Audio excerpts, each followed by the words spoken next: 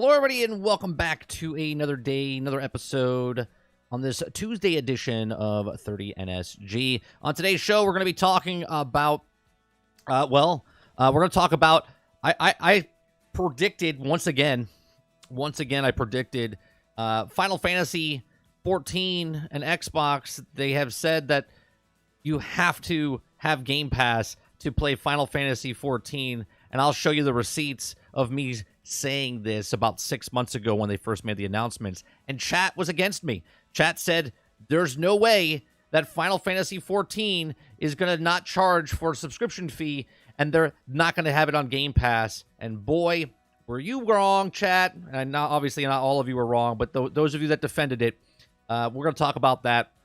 We're going to talk about Skull and Bones, about the open world compared to single-player campaign the director talks about. And then we're going to talk about Xbox. Matty Plays has a video. He talks about the downfall of Xbox. We'll have a conversation about that as well. And then we also have, if we have time by the end of the show, Division 2 has an update that just came out today, which is the next season. So we'll talk about that a little bit. How's it going, chat? What's going on, Dave Rose? What's going on, L? Eclipse, the Dude, Wonder Rose, Mr. Luke, We the People, Patrick Q, what's going on? So, if you like what we do here, we do this Monday through Thursday from 10 o'clock in the morning till noon Eastern. I just read news stories, give you my thoughts and opinions, and we have a conversation in chat. This is not a debate. There's no debating here. It's just a conversation, reading the news. We all like video games here. If you like what we do here, make sure you hit that like button, hit that subscribe button. If you'd like to go above and beyond that, make sure you become a member as little as $5. So, let's start off by talking about, let me bring it up real fast. Let me bring up with this right here. Okay. So Final Fantasy will require Game Pass subscription on Xbox. Now, let me grab some receipts here. Let me grab some receipts here. Okay, this is from episode 359, August 3rd last year. August 3rd last year. So let's play that. Let me make sure the audio's up. Normal. Okay, and you can watch this Generation X Gaming podcast. I actually predicted on Monday saying it was coming to Game Pass. So what I like to do here is, because I am not a journalist. I'm not a journalist. I'm just a person that does a podcast and a channel from my house. And I read lots of information. I like to read between the lines.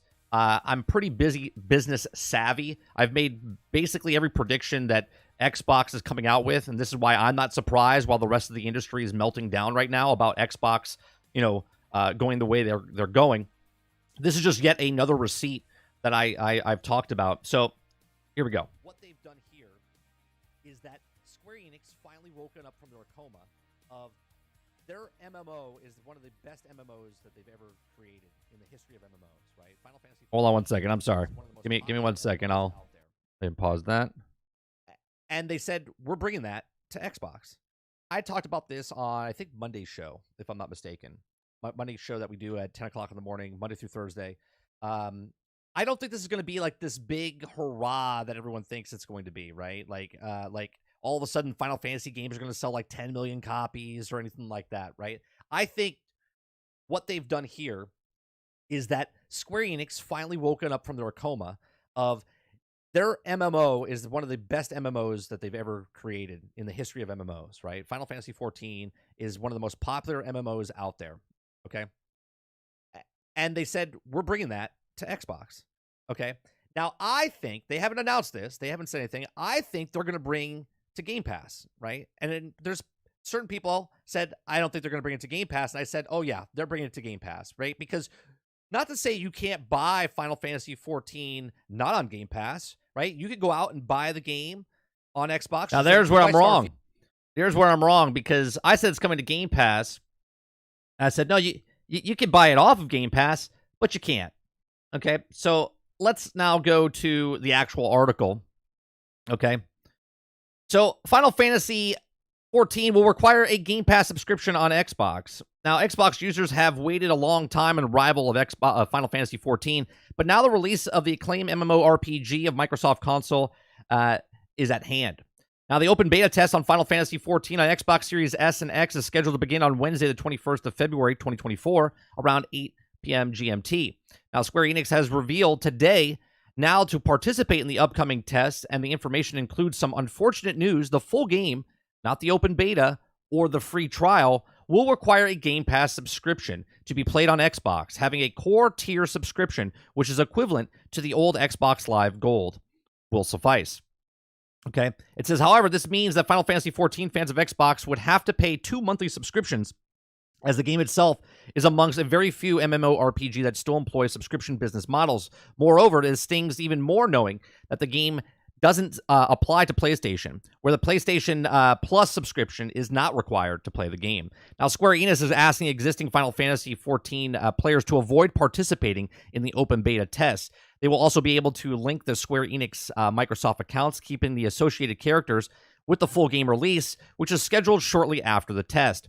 We're planning to launch the Xbox Series XS version immediately following the conclusion of the open beta test, and the date which is all determined after through the reviews. Final Fantasy XIV game data will also be transferred and will not need to re-download the game to play. The timing of the data transfer and the official release of the Xbox Series XS will be announced at a later date. So Final Fantasy XIV is getting a new expansion called Dawn Trail later this summer. As for Xbox, this is quite a bit turmoil caused of recent rumors of Microsoft shifting to multi-platform strategy. So there you go. We have yet another thing where something's coming to Game Pass.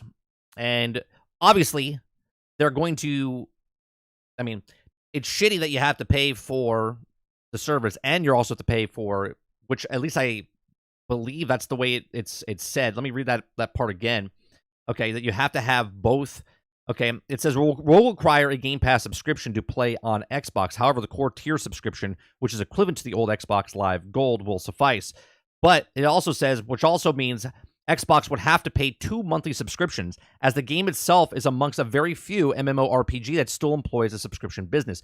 So not only do you have to pay $13 for Final Fantasy, but you also have to pay to have Game Pass.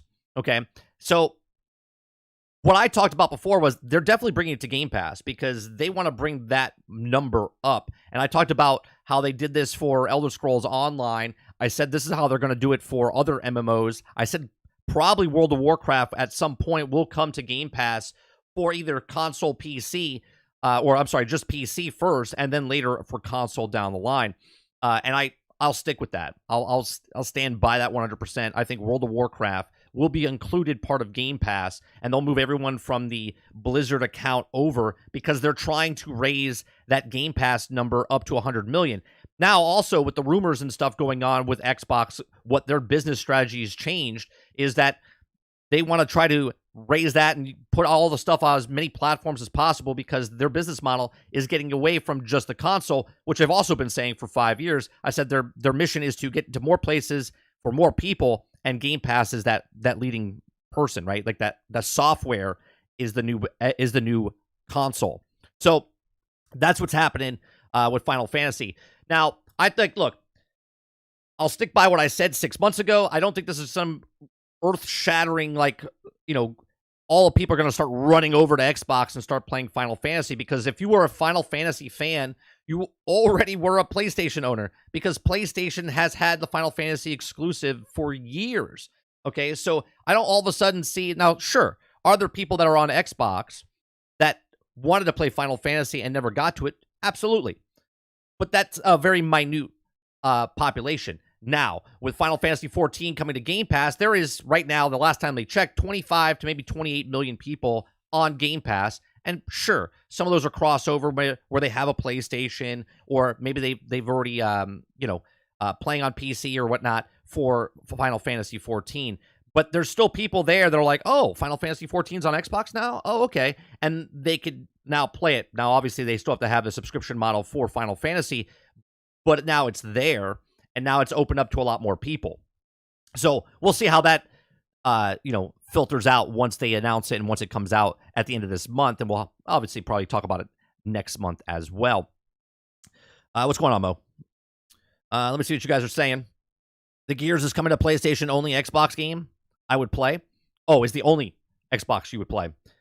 The beard is the full Viking. Oh, in the video? Yeah. Yeah, I had a pretty full beard there. More than likely would be have been right in the Game Pass wasn't changing. More than likely would have been right if Game Pass wasn't changing. What do you mean, Krebsy? More than likely would have been right. Oh, you're saying that they're charging for Final Fantasy and also Game Pass? Is that what you're saying?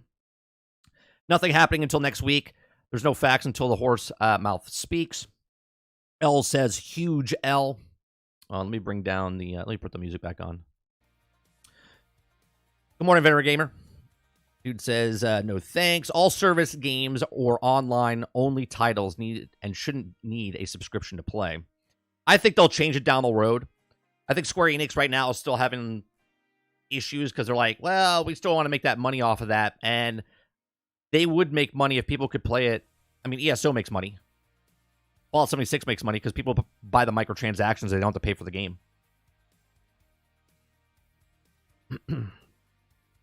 Business is business. That's right. That's right. They're fighting internally, so we'll see.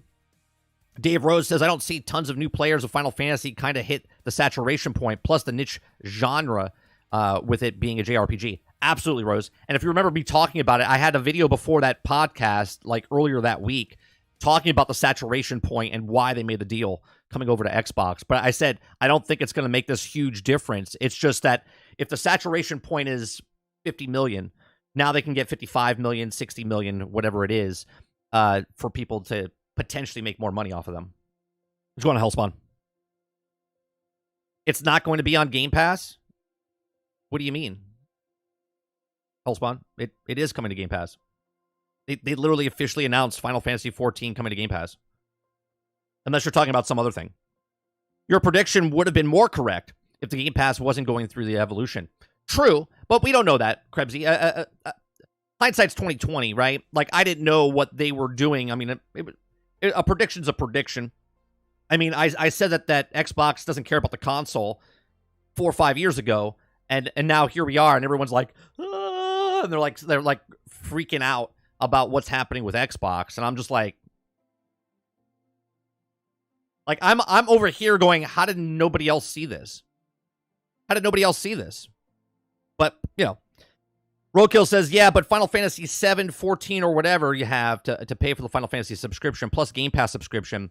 That's what I heard, unless I'm wrong. No, yeah, we just literally read the article, Roadkill. You have to pay for both subscriptions. You have to pay for the Final Fantasy subscription, and it's coming to Game Pass, meaning you have to pay for the Final Fantasy subscription, and you have to pay for the Xbox subscription to play Final Fantasy, which, you know, it is what it is. I mean, you're still paying for Game Pass, which has all these other games on here, and then you also have to pay for Final Fantasy if you want to play Final Fantasy.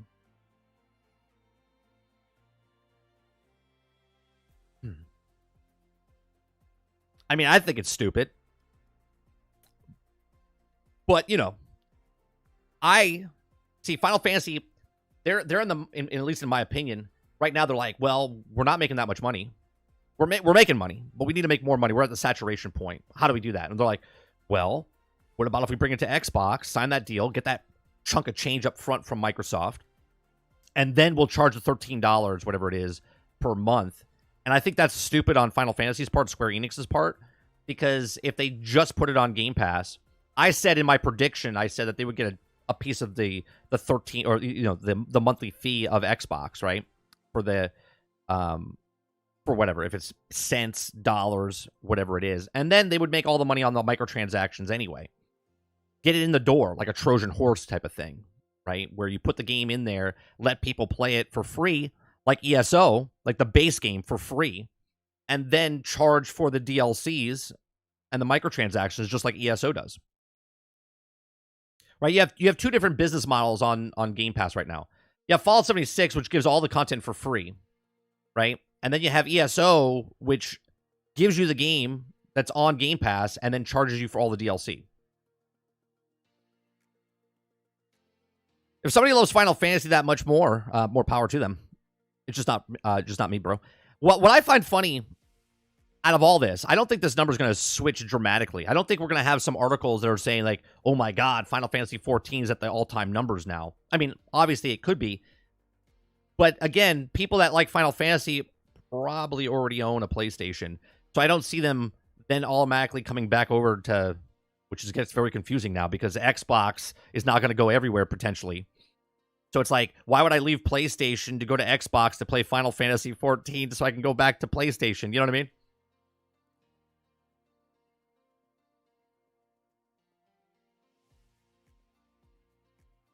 Plus, I watch Asthma. That game is just a front for sex dungeons.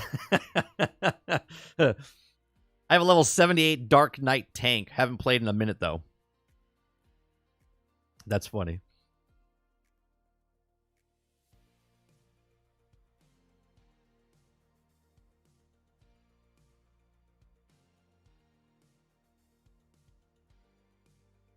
I gotta get the Maddie Plays video. Give me 1 second.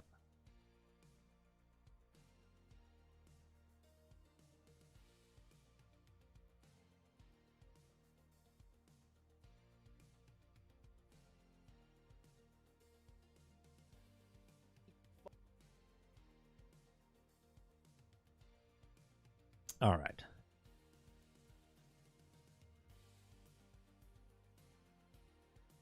All right, we're gonna listen to Maddie Plays as he talks about the Xbox. Look, I've been in the Suicide Squad world, okay? So I haven't really been following this Microsoft and the internet dying over like what's happening to my plastic box, my dedication to Xbox. What's gonna happen? Like I haven't been really following this because I've already clocked in 4 years ago, 5 years ago on Microsoft what their business plan is. So I was just sitting back waiting for it to happen, and now here it is happening. So I'm kind of over it, right? I'm on the beach sipping my daiquiri over here.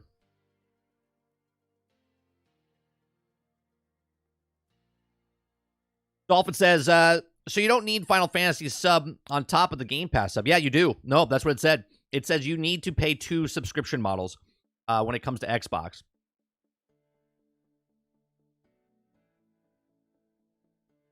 Because someone in Lono's chat was spreading that narrative. Look, it literally says it in the article. Unless I'm misreading it, right? It literally says it in the article. Okay. It says right here. However, it still means Final Fantasy XIV fans on Xbox would have to pay 2 monthly subscriptions as the game itself is amongst the very few MMORPGs that still employ a subscription business model. Moreover, it stings even more knowing that the same doesn't apply to PlayStation, where the PlayStation Plus subscription is not required to play the game.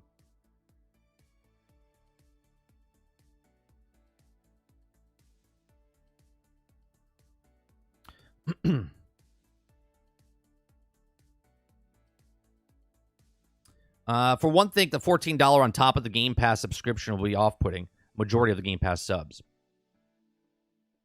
Right. I think, one, it's like, it's stupid on the, I don't think this is a Microsoft thing. I think this is a Square Enix thing, right? Square Enix is like, yeah, they have to still pay the $13, which is stupid. Because isn't it plausible, or not plausible, isn't it already where you can play Final Fantasy without paying a subscription and get up to like level 40 or 50? Isn't that a thing? Isn't that a thing where you can play Final Fantasy without ever paying for it and you can go up to like level 40? Am I mistaken by that?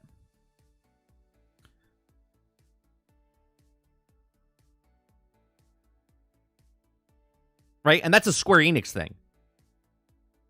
So that's already murdering the potential of what could happen on Xbox. It's like Square Enix is like, oh yeah, we're finally on Xbox, but you still got to pay even though we're part of Game Pass. It's like, what? Yes, Reborn is free. So how does that work, right? So Reborn is free right now. And again, I'm asking you guys because I don't play Final Fantasy XIV, right? So Reborn is out right now. If you play on the PlayStation or PC, you can play Reborn for free up to level 40, or is it level 60? Whatever it is. You can go up to a certain level. Okay? And then after that, then you have to pay for the other stuff. 60. There you go. Okay? Isn't that a little weird? Like Square Enix is like, yeah, we'll make a deal with Microsoft, and then all of a sudden they're like, yeah, let's hold that back because we want them to pay $13. Even though right now you can go to PC, okay, or you can go and here's another stupid part, because now if Microsoft is going everywhere, okay, and obviously if I don't own a PC or I don't own a PlayStation, I'm only on Xbox. I can't play Final Fantasy unless I pay the 2 subscriptions. But most people, they're like, oh, I'll just go try it on PC for free. Why would I pay $23? Because the lowest tier is like $10 on Game Pass, and then you're paying the $13. Why am I going to pay $23 to play an MMO?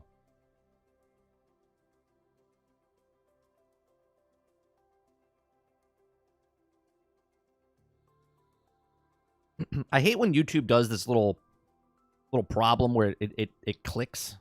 I don't know if you guys experience that. If you do, just refresh your YouTube. I also think Heaven's Sword is the first expansion, also free, but I'm not 100% sure. Yeah, it feels stupid what Square Enix and Microsoft are doing together. They're like, how do we join forces and still be fucking stupid? Ta-da! Ta-da!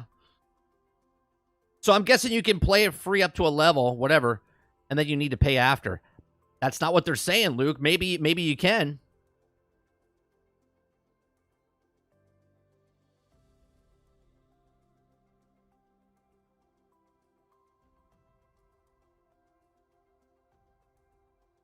Whole nother level of shamelessness. Yeah, it's stupid. It's so dumb. It's like, yeah, it's coming to Xbox. It's coming to Game Pass. And they're like, yeah, I get to play it on Game Pass. Wait, I gotta pay the $13 and I gotta pay for Game Pass? No.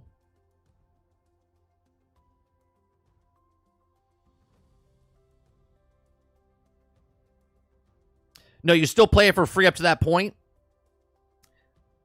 I mean, if that's true, then they need to say that out loud.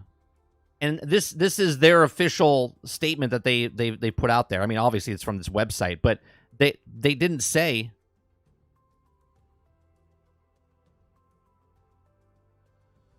Does Square Enix have a statement saying that?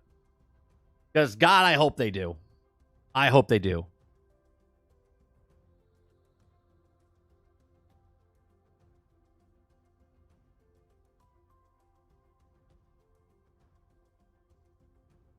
I'm sorry, but I'm not rebuying all the games for another console. I've been on Xbox since 2007. I don't care if the games go to PlayStation or Switch. I care if they stop making hardware.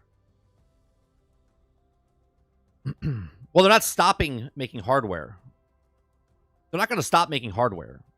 Their business model is moving from just hardware to everywhere.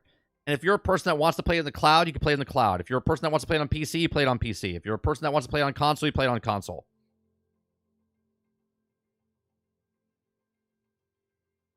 I'm in the same boat as you. I wish I had the answer. Yeah, I mean, look, I'm not saying they're not saying it. I'm just reading the news. And the news is, they said during the announcement, look, Mo, can you give me the source? Can you give me the source so I can read it on the stream? Because again, I just read the news. Okay. And if they did say it, then this article, again, the news articles are brilliant here. For not putting that in the article and just putting it where it says that they have to pay for 2 subscription models, then that's bad on the article, right? It's free on Game Pass to level 60, and then you want to continue pay bitch. Right, which is fun, which I have no problem with, Luke. If you can play the game by just playing on Game Pass, right? And then you like the game, because if you're putting level 60 and you're putting a couple hours in there to get to that point,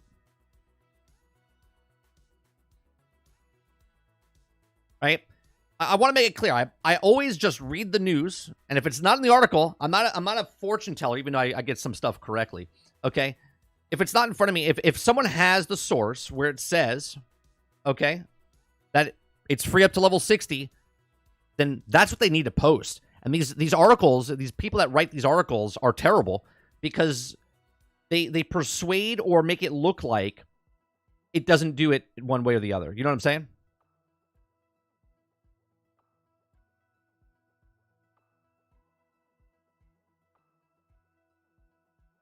IGN says it requires 2 subscriptions. I need to know, because what's being reported is that you need 2 subscriptions.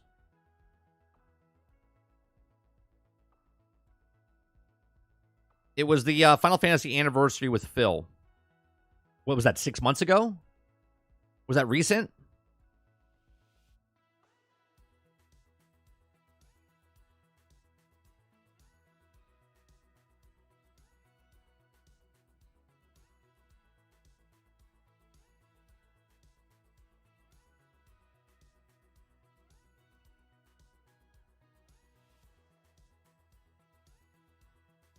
Let's see.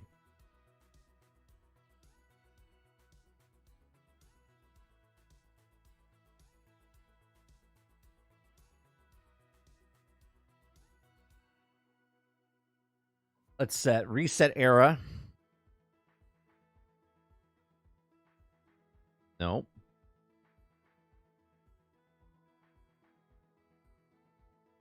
Final Fantasy 16 on Xbox. And here, again, all the articles, Kotaku, IGN, WC, they all say the same thing.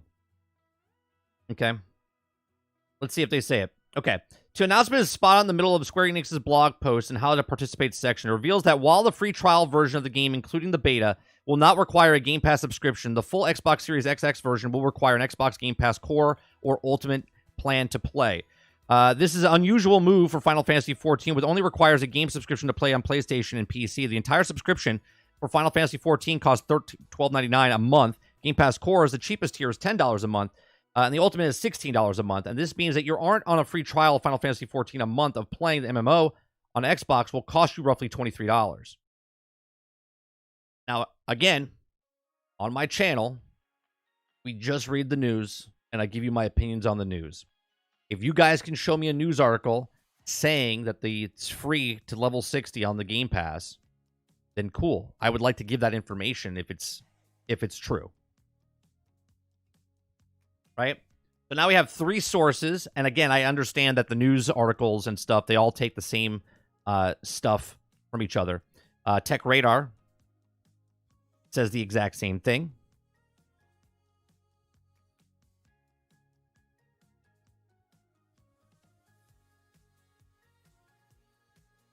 Right? Tech Radar says the exact same thing. It says anyone who wants to play Final Fantasy XIV's free trial on Xbox, including the open beta test, will be able to play regardless whether they have the active Xbox Game Pass Core Ultimate subscription or not. However, the full release will require an active Game Pass subscription. This is quite surprising given that PlayStation 4 and PlayStation 5 players aren't required to have active PlayStation Plus subscriptions any kind in order to play, and no extra fees are required on PC either. Now, this is the first article that says there is a free trial on Xbox, but that doesn't includes the open beta test, which will be able to play regardless whether you have active Xbox account or not. That's what the trial is. The trial for Xbox is the 60. That's the beta test. Included in the open beta test. Anyone who wants to play Final Fantasy XIV free trial on Xbox, including the open beta test, will be available to play regardless.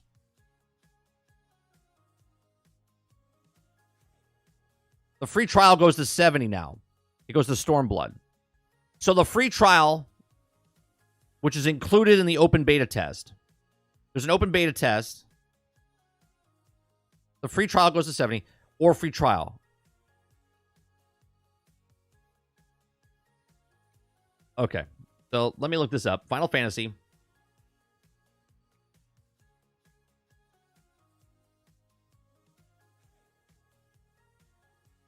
I started playing because everyone's everywhere told me I could level up in the class to level 60 to find out. Okay. To find out if I like it. I'm level 39 in my first character, and yet it tells me I have 5 days of playtime left, and I buy it to buy more. Someone please explain. You have the free trial. If you buy the game, that requires a sub, so I can only assume that you purchased the game, thus running out of the initial 30 days that comes with the base version before needing a sub. Free trial is free up to level 60. Buy the game comes with 30 days of free sub time. After that, you have to pay a monthly sub no matter what level you are. Sounds like you bought the game instead of doing the trial. Okay, it's a free trial, not a free to play until 60. If you paid money to get the game, you are now in a monthly subscription. So, okay. So this is from a year ago when people were just getting it on the thing. So you're saying, chat, that the free trial that's coming out, there's a beta test coming out on Xbox, and then after the beta test, there's a free trial. That free trial is the base game up to level 60, is what you guys are saying.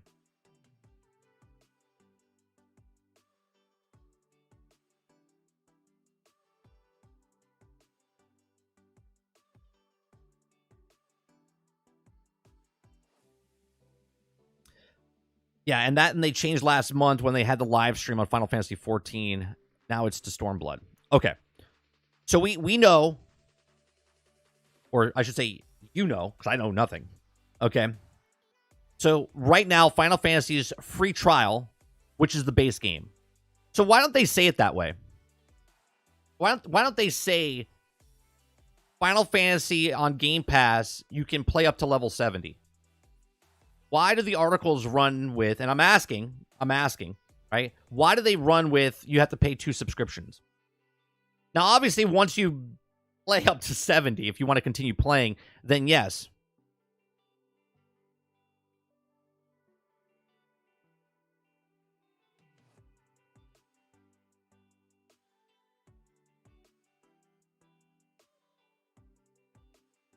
We read 4 different articles, and all of them say the exact same thing.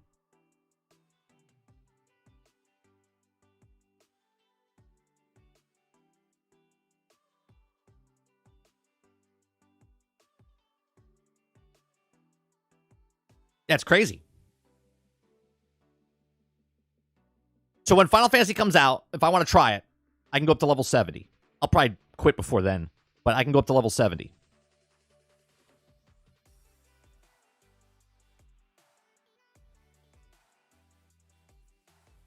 Ron Slusher says, Pal World greater than Final Fantasy. Do you need Game Pass sub to have online access, even for the free trial? Yes. Yes. From the article, you definitely have to have Game Pass to have Xbox to play Final Fantasy, regardless. I don't think you could do it without it.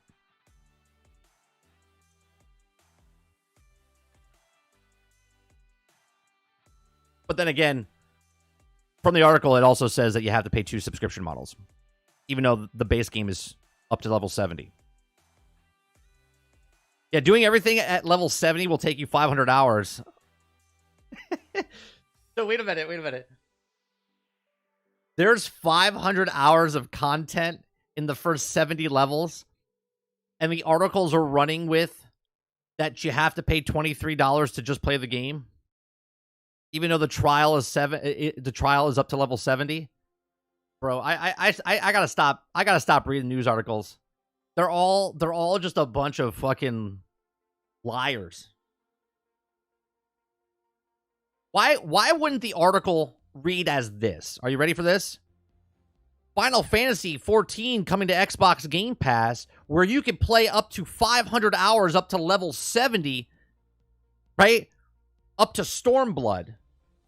And then after that, if you want to continue playing, then it would be $23 because you have to pay for Final Fantasy XIV subscription model plus Game Pass, right? Why doesn't it say that? Why does it say you have to pay $23 to play the game?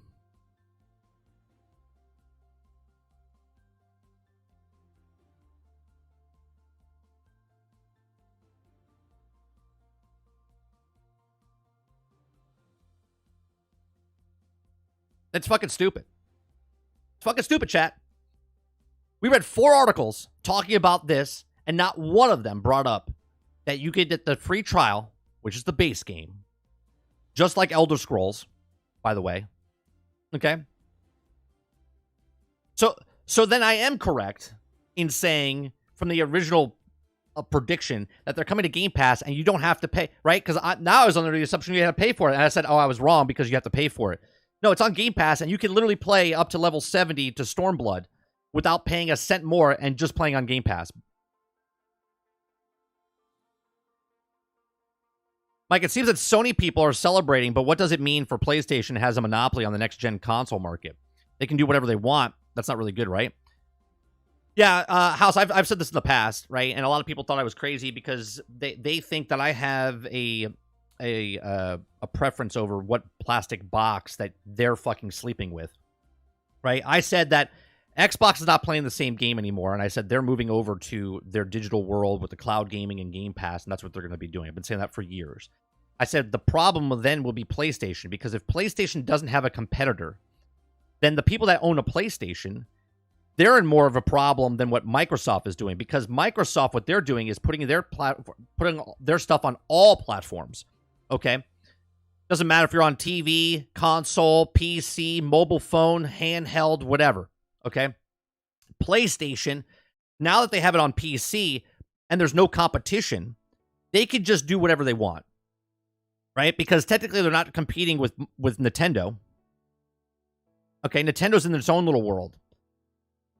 Sony, if they have a captive audience now and they're not competing for, even though they're winning the console war, whatever this war is that you guys all talk about, okay, if they're winning that war and then there's no war anymore, they're just now at peace. Sony's at peace. They're okay. That means they don't have to try to compete anymore. They can just do the bare minimum. And then Microsoft is also doing the bare minimum. And Nintendo is also doing the bare minimum. So as consumers, yes, it's bad for us because now there's no competition. Now there's like 3 separate entities with these companies, right? So PlayStation's got the console market, the traditional console market. Nintendo has that mobile, traditional market or handheld market, and then Xbox has got the cloud market.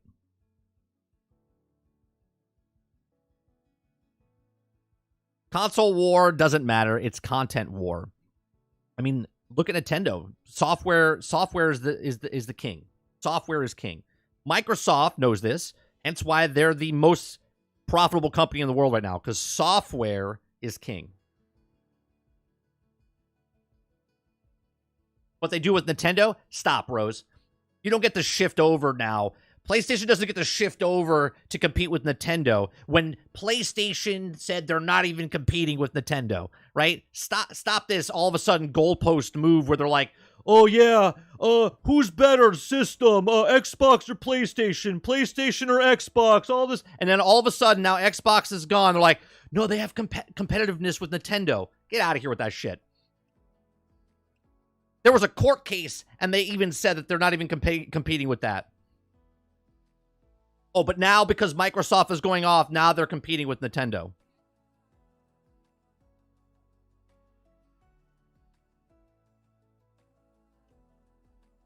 The dude says I'm old and I own two Sega consoles. I'm used to this. I also own a Zune, a Windows Phone. Hey, right? Just add it to the pile. Add it to the pile of stuff. I'm scared that Sony will be stagnant now, and you should. You should.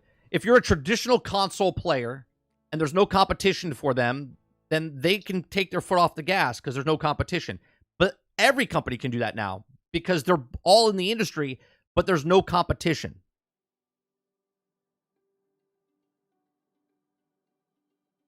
Quality can go down the drain. It doesn't matter because we all know we like it or leave it.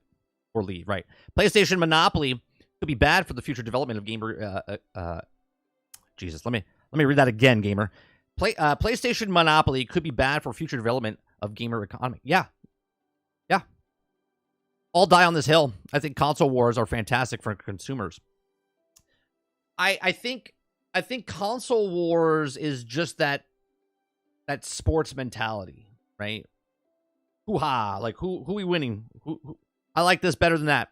As a consumer, I don't care, right?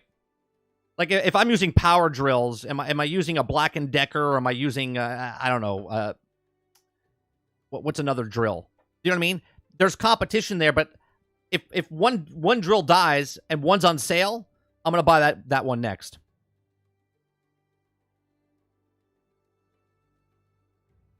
"30's angry today? Why am I angry? I'm just loud. If you don't know the difference between loud and angry, I don't know what to tell you. It's not about who is better. Both companies are competing for your money and your time. they're two different markets. Nintendo's not competing with Xbox and PlayStation. Now, if you want to take the line that I've been saying that time is time, yeah, they're all competing for your time, sure. But to come in here and say all of a sudden PlayStation's competing with Nintendo, I mean, I don't know what to tell you.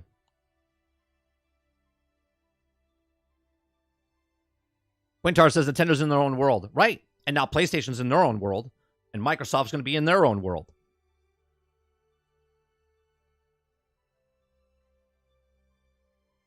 Sony can't stagnate because they need to compete against Microsoft's content funnel. But if there's no, if they don't, if you're fighting someone and the other person gives up, what are you doing? You got to go out and find someone else to fight with.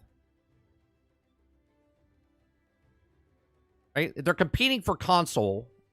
There's no consoles anymore. They don't care. They're like, yeah, you can have the console. We're dropping the 40 million people that we have in this generation, if it's even that much. Okay, I'm probably being very generous there. Okay. And we're going with, right, they have more Game Pass users than they have actual buyers of Xboxes. Okay. They have more Game Pass users than actual consoles sold. They're like, yeah, we don't need the box anymore. The box is there if people want it. Sarge says there is no console war. Xbox had said they lost 2 years ago. Shut the fuck up. They need to keep beating the horse. Eric Jones, ain't no flag waving. Yeah, okay. Nintendo is Conan Strong on his mountain, and he laughs at the Purdy Sony Ford wins. I feel a game of a console price increase coming. But yeah, I mean, think about this, right? PlayStation, if there's no console battle, PlayStation could be like, well, this is the only place you can get it. And they can raise the prices. Absolutely. And then Xbox, the same way. If they go to this all wherever type of thing, they could also raise the prices because they have a captive audience in that realm as well. So instead of raising it to, $80 for video games, they can raise their Game Pass from 17 to 20 or 20 to 25.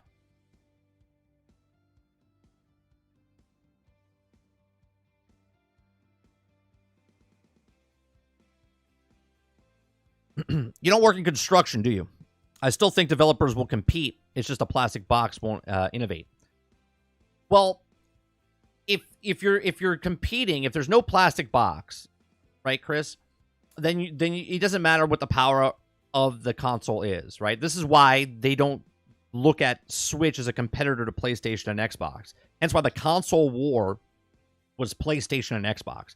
Who's got the 60 frames per second? Who's got the more teraflops? Who's got the more power behind the thing? Right? That's the whole competition there. Right? Now that Xbox is going off in their own little, and they still make a console, okay? But it's not about the console sales anymore. It's more about just the broad audience who can buy their stuff. PlayStation's like, well, wow, we had 16 teraflops, so we don't need to go to 24 teraflops anymore. We can just go to like 18 teraflops because we're not competing with anybody anymore. If PlayStation takes Xbox out to the road, then what? Nintendo is the best candidate for next match? That's what I'm saying. Nintendo's not competing with them. They're like, yeah, we're here. Here's Xbox and PlayStation with their graphics and all the stuff in this, right? And then here's Nintendo, and they're like, oh, we're gonna come up to here where Xbox and PlayStation's last consoles were here, right? They go like this. They're like, oh, we're still here, right? They're not competing for console market. They're competing. They're like, yeah, we'll go one under Nintendo. And they'll like, we have our Nintendo, we have our Mario, we have our Animal Crossing, we have our Pokemon, we have Metroid, right? And they just keep doing the exact same thing. They don't need to be the latest, greatest games. They don't need to be the high-end graphics. They have their core audience. Their core audience is, again, I joke about this. When you're born, they hand you a Nintendo, and when you die, you turn it in. Where everything else, PlayStation, is more of a early teenage, right, to adult. So Nintendo grabs them from birth to 10, 11. So you've played Nintendo majority of your life at that time, and then you move into PlayStation.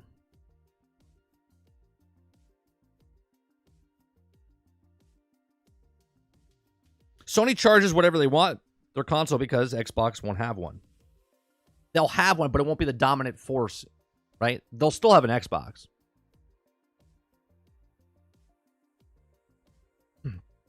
Xbox owners, off we go into the wild blue yonder. PlayStation 6 is going to be $800. Yeah, $800 and like $100 games. It's a content war that we have to offer where you offer it. The quality of what you offer, the quality of what you offer. The box is a shackle to keep you in the ecosystem. Yeah, but even if Microsoft goes, let's say they go third party and they're only just selling software. How is Nintendo? I'm sorry. How is PlayStation going to compete with that when Microsoft has 38, 40 studios and they're pumping games out third party, first party, whatever?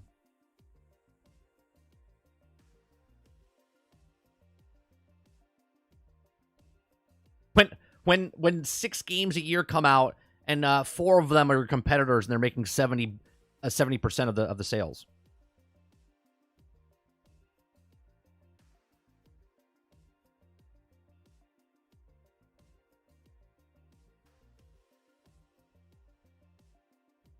I agree. The price of the PSVR is $500 because Xbox console never dove into VR. No, it's $500 because that was the going rate for VR headsets. If I want to buy a Meta Quest, right? If I buy a Meta Quest 2, it's like $400.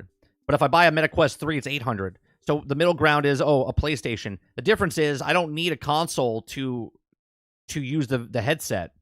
With the headset, right? With the headset, you have to have a PlayStation. My question is, where's the limit for Microsoft when it comes to pushing out the price of Game Pass? Until they start homogenizing subscriptions as people refuse to pay it. Well, the only way they raise the price is when they hit their saturation point. You can see that with the subscription services. Eric Jones says 30 with his spin. What's my spin?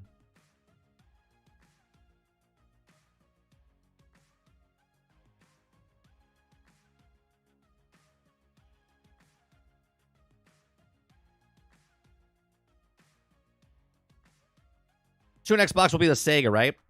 So it doesn't matter. So according to everyone who has a keyboard, right? If Starfield will, I will buy an Xbox games. Like Starfield, I will buy Xbox games.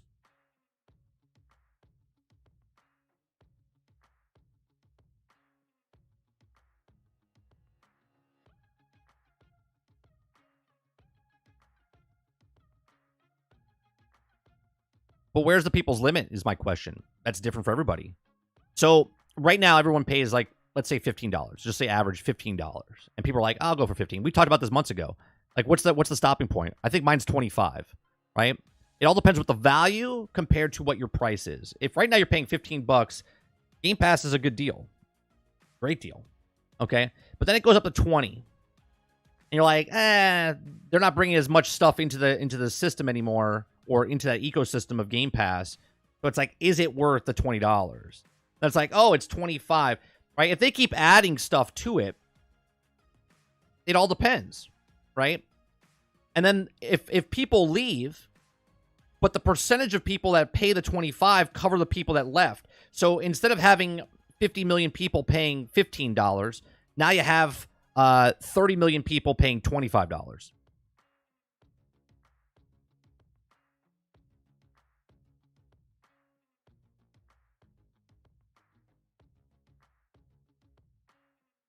We all remember what happened to Sega.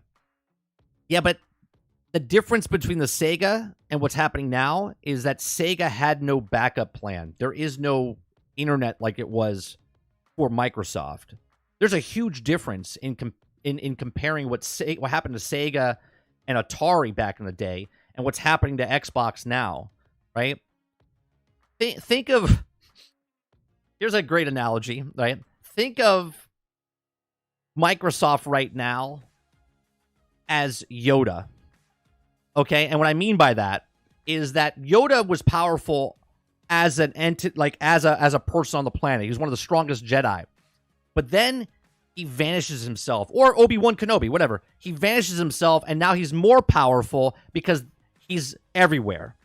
Microsoft is crushing the console and just the console, and they're spreading themselves out across the board so more people can play, right?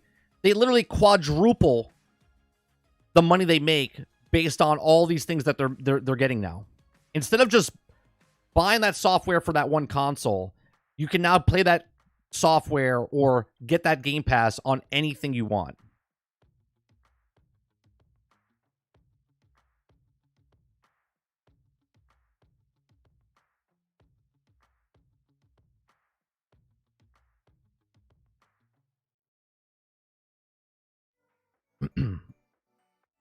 Let's see. Upgraded the PC in a few months. You can see the future reaches the price of the game itself in a current date. No.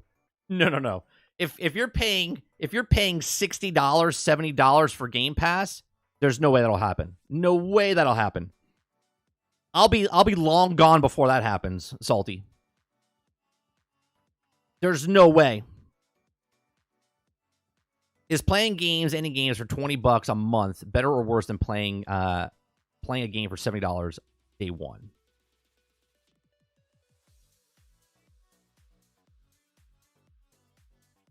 Microsoft is smart. They're losing money in the game business, so they're looking to get out. But they're profitable. What do you mean they're losing money?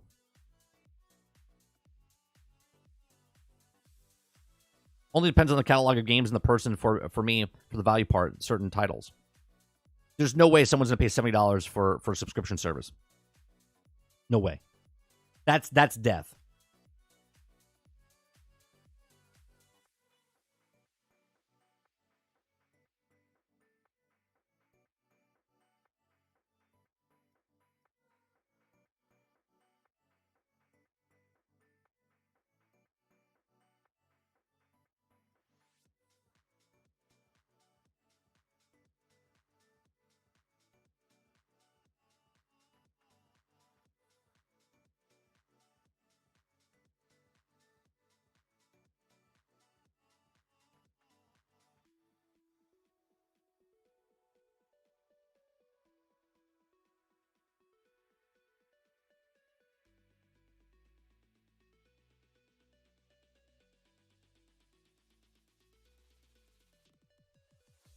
Mo says, ain't losing money. Xbox is their number 3 earner. Yeah.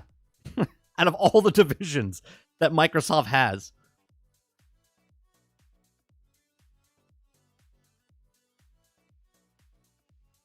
Z says, Xbox is Microsoft's division that they have done and needs to make Xbox profitable. That's what the statement of $70. I mean, in my view, the general for Game Pass as a whole. That wasn't a statement to the $70, I mean. Oh, okay.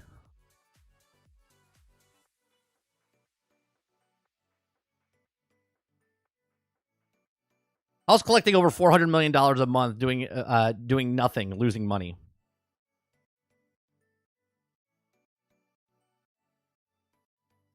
Take it with a grain of salt. News from yesterday is that Game Pass will be dropping day and date, and now I forget what it was going to add onto it, so I'll need to hear. Here's the thing, what I don't like about rumors and speculations, right? I mean, obviously we do them, but we take any person on Twitter, anybody that says something, and we're like, I hear. And we run with it.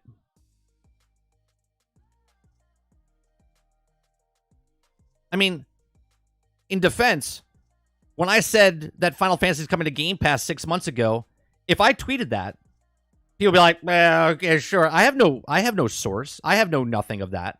Right? I'm just a guy on the internet with an opinion that said it's coming to Game Pass, right? Which was a thought process based on what I saw and read and what I think the industry is going. And then it happens.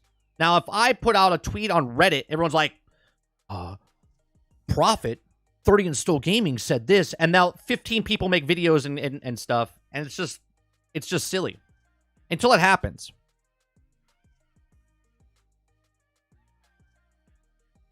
Right? There's 15 articles and people and all this stuff, and it's just silly at this point. It could happen, but to speak of it, and I'm not saying you, Krebsy, just in general, the Twitter world and YouTube world, where they speak of it as facts.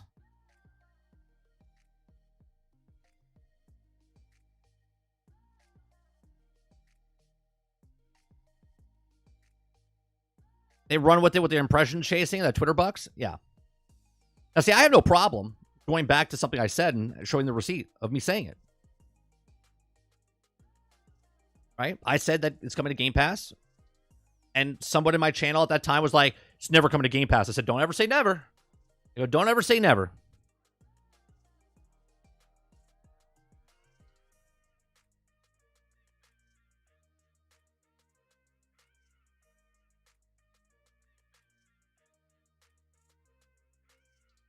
Because they don't know how much you've been correct. Yeah, but DJ, I bring up the receipts when I need to bring up the receipts.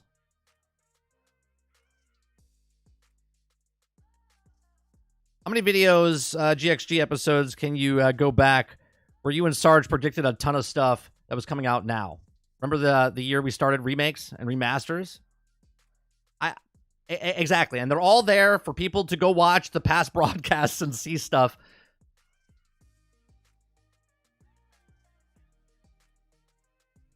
Great Bond movie. Never say never again. If I have to make, again, I haven't been following. Right? We're gonna watch Maddie play, so I haven't followed anything. Right? I see what people are saying on the internet and whatnot, but I haven't really dove in because I've been playing Suicide Squads. I don't believe that Microsoft. I'll say exactly what I said 5 years ago. Microsoft is not getting out of the business of consoles. They're just expanding their business where if you are an Xbox fan and you want to buy a console, then buy a console. They don't care if you buy a console. They're making a console and they're like, you want a console? Here you go. Right? If you want to play it on the phone, go play it on the phone. If you want to go play it on someone else's device, go play it on someone else's device. Right? I'm playing it on the I play my Game Pass on the headset. Microsoft didn't make a buck off that. Not one cent did they make off of that headset.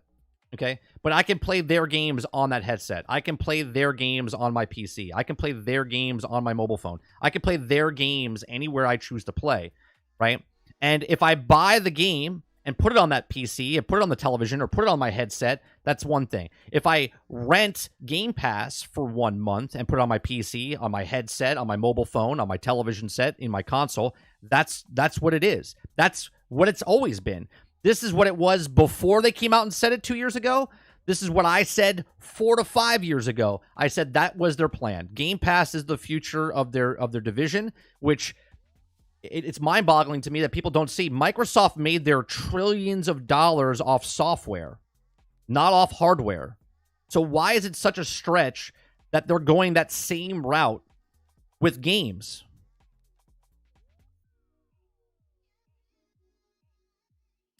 Game Pass reminds me of the old TV models movies would hit a TV years later.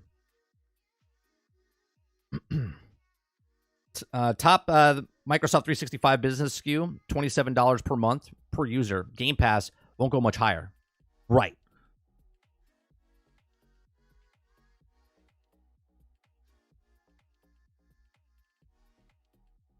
Microsoft is like smoked pork butt that's cooked to the bone. What does that mean? Are you saying that Microsoft is done? Is that what you're saying, Jones?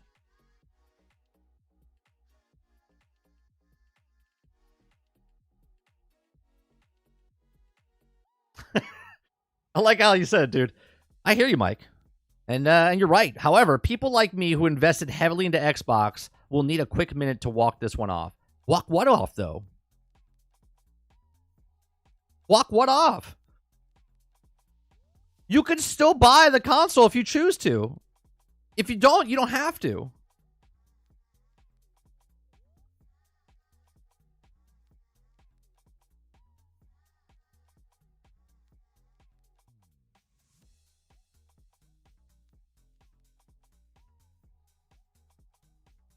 As long as they make a box, they got me. What about if they don't make a box anymore?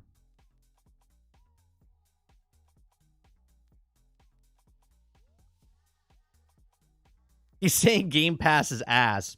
Okay. A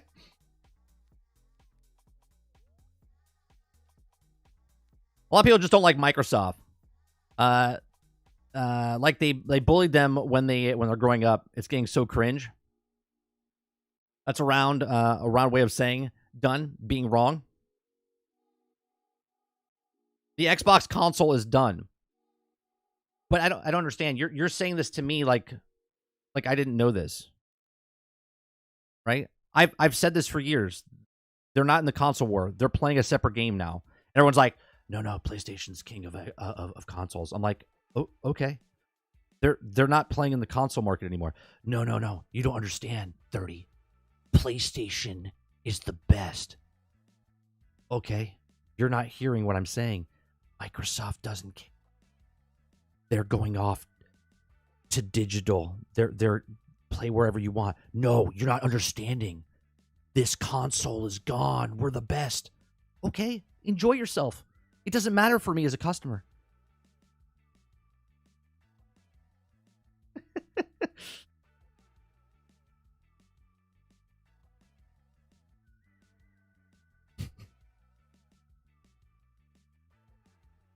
Here, I'm playing what I play, and you play what you play. Look, nothing happened.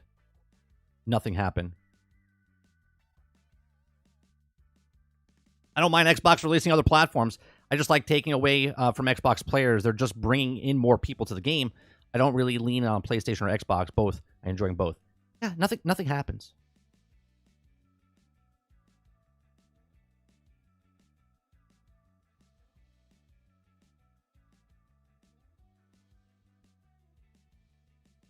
I have the largest market share. This idea for them disappearing is so overblown. They have the largest market share. This idea of them disappearing is overblown. But even they're giving up the 50 million. The only, right? Like how many consoles have they sold for the Xbox Series X and S? Hold on. Let me say.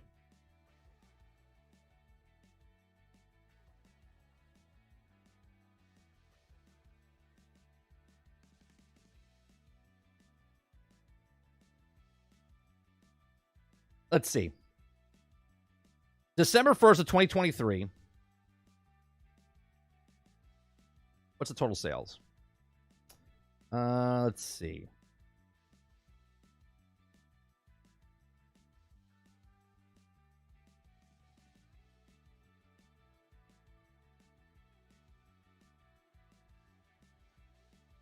Okay, PlayStation 5 at this time at November 2nd, when I'm reading this thing.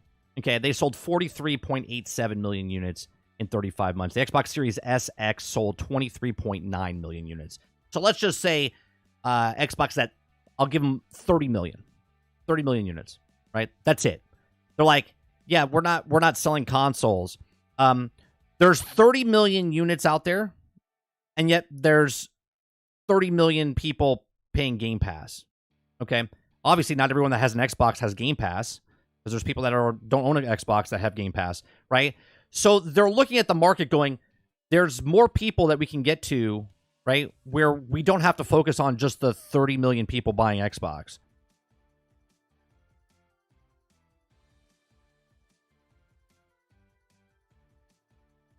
They're literally not getting rid of the 40-50 million. They're taking the 40-50 million people that potentially still want to buy consoles, but they're moving over to PC, mobile, television, cloud, whatever.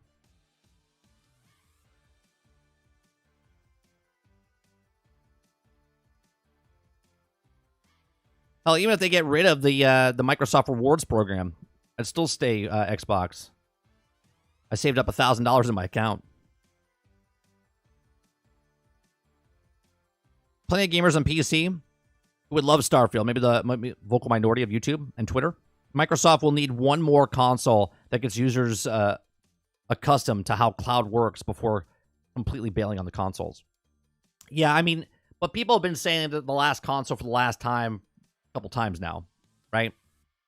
I don't know if we get... I look at the consoles as record players. Record players still exist, right? Record players still exist.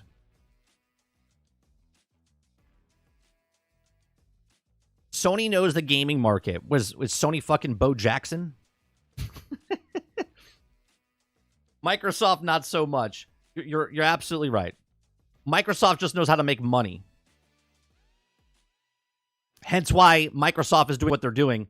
Hence why Microsoft, not Xbox, Microsoft is a $1 trillion company. Hence why Microsoft is the #1 business in the world, and Sony's not even in the top 100. Right? This is not about Xbox and PlayStation. This is about Microsoft and Sony. Microsoft knows how to make money.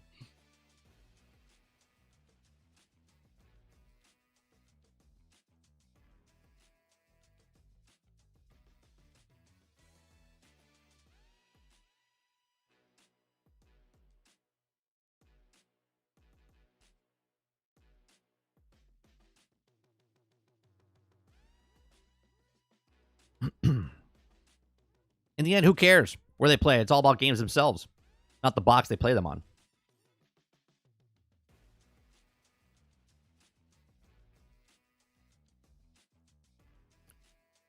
PlayStation's going to start their own bank credit cards.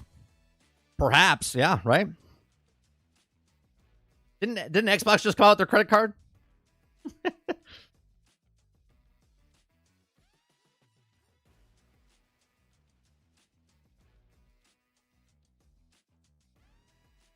Xbox is getting an appointment to see Dr. Kevorkian.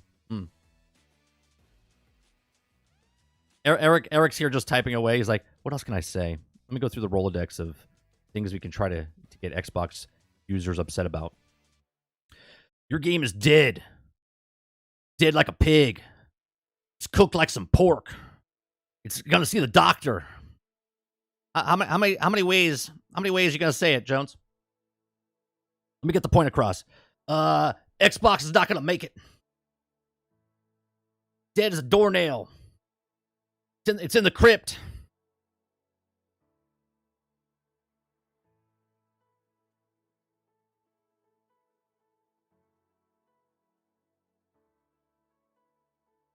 You can't kill it. It's a whale. You're cooked. You're smoked. Done. Dead. Let me get a thesaurus real fast. Let me go through a whole bunch of other words. Yeah. Don't forget pushing up daisies.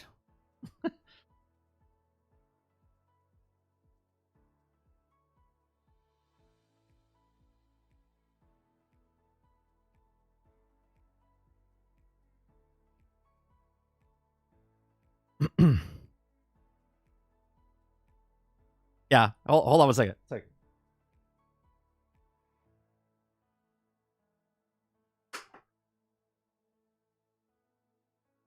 Done it. PlayStation, we've done it. God. We did it, baby. We did it. We did it. It's just me and you now. What are we talking about?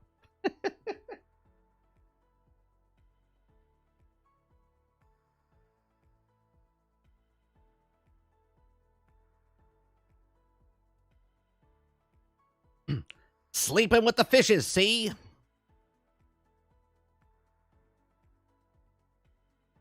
Yes, record players still exist, but not every company has made record players in the past. Still make record players these days. Some keep up with the tech, never look back at Microsoft's one of them. Yeah, but there's still record players. There's still DVD players.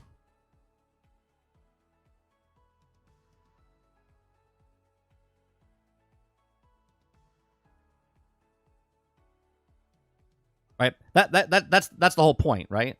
Like, there's still record players. It doesn't matter if other people are making record players. They're still record players. Microsoft is still going to make consoles. They're still going to be in the gaming market.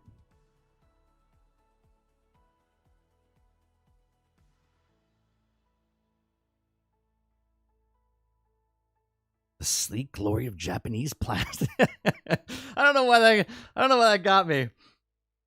I don't know why that got me, dude. No, we haven't talked about Skull and Bones yet. Maybe I'll do that. We'll do that before we do the Matty Plays thing. Let me bring that up. Let's bring that up.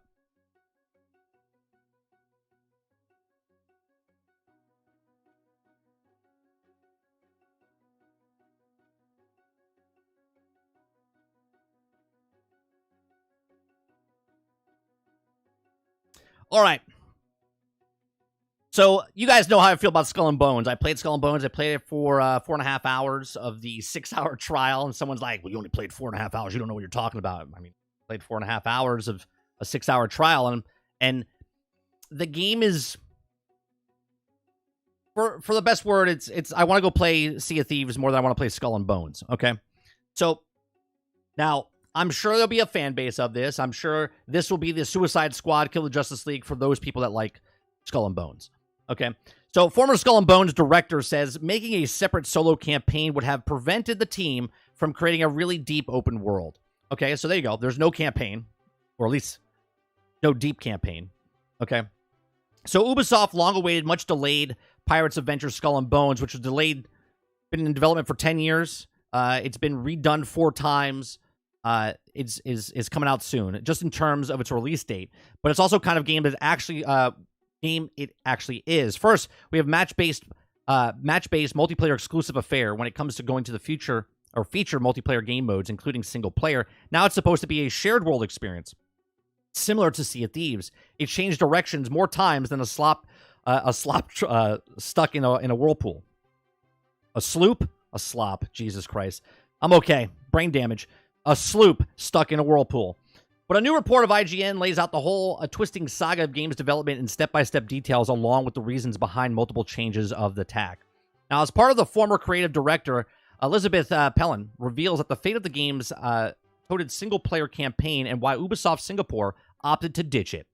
So there's no single-player campaign in Skull and Bones. So Skull and Bones was originally revealed in 2017 as a multiplayer exclusive affair, but in E3 2018, Ubisoft had announced 3 modes for Skull and Bones: a 5v5 multiplayer mode called Loot Hunt, a cooperative share world mode, and a single-player campaign. In reality, however, the game was still in prototyping stage, and then none of these modes fully formed. Right, they just got rid of all the things they showed. So, no firm direction for the game. When Elizabeth also replaced the previous game director, lost a director, wiped the whole game clean, Justin Ferran, she looked at the project and decided it would be safer and maybe more interesting for other players to fully focus on the open world. Okay? So, obviously, you can see the problems here, right? So, you can look at Suicide Squad, or you can look at Gotham Knights, or you can look at Anthem, or you can look at Marvel's Avengers, where they were in production with that game, and they didn't know what they were doing with those type of games. Like, you could see there was a heavy loot box scenario when the thing comes down in Suicide Squad. That's a loot box that they changed fundamentally in the game, right? Marvel's Avengers had a single player, and they chucked in a loot-based system in there. Anthem kind of did the same thing. So lots of games have these issues and problems, and you can see that the exoskeleton of the stuff is still in there. So we'll wait and see what happens with Skull and Bones. As a consequence, both the solo campaign and the 5v5 multiplayer mode were ditched. We didn't have the full team to deliver a full solo campaign, she said. Moreover, it felt like a significant part of the Pirates' fantasy was creating its own destiny. Okay, the narrative-driven solo story didn't really fit in with it, she stated. We really wanted to give the opportunity for the player to write their own story, meaning there's not much to do in the game. Okay, because even Sea of Thieves that came out when it first launched was pretty shallow of a game. Okay, not until they added more story elements in the game, and there is story elements. There's no campaign in this. There's at least a story campaign inside Sea of Thieves. It says, quote, instead of working on a solo campaign that would be prevented the team from creating a really deep open world, we built lore that we can also consume like a puzzle in order if you want. Now, the report of details other reasons behind Skull and Bones' numerous delays, such as figuring out how to build a shared PvE and PvP world, the decision to make the game exclusive to the newest generation of consoles, and later in which meant part of the team couldn't work, and while the game was ported from the previous generation. It's worth noting that Pellin also hasn't seen the game to its conclusion either, having left the project late last year. So the director got replaced by this person, and then this director leaves before the game's actually done. That's always a good sign. That's always a good sign. More recent delays have been due to Ubisoft Singapore's making adjustments based on the beta tests of the game, with the developers adding new elements like tutorial characters and changing the process of boarding other ships from the cutscene to real-time action, and uses grappling hooks. Now, it says, quote, no need to aim. You need to have the feeling of range, or no longer straightforward, just pressing a button, and said the game's current director. So, third director. Okay. You can also read the full article down below. Okay, so Lots of problems going on. So the reason there's no single player campaign, it was just too much for the team to do, considering it was 10 years, done 4 times over, got rid of certain things, went through 3 directors. So my opinion about this game, before I play any more of the beta that comes out later this week, I think, okay, I don't think I'm going to play the beta, but if I decide this weekend, I might play the beta just to see if they change anything from the last beta. I would stay clear of this game, not because I think it's a piece of crap in any way, shape, or form. I think you should wait.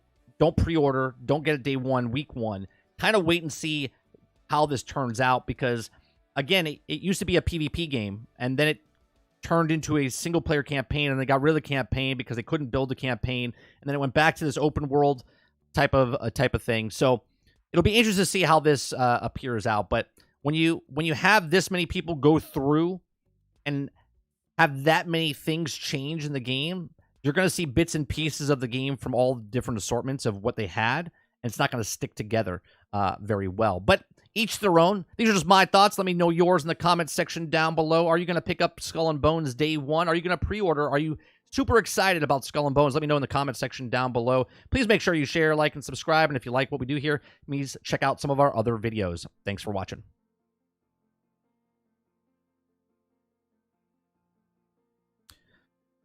So, chat, what do you guys think of Skull and Bones? Are you guys, after all the stuff that's been said about Skull and Bones, are you interested in it? Is there still hope for this game, or is it the obligation game that they owe money to Singapore, right? Because they took a government loan from this.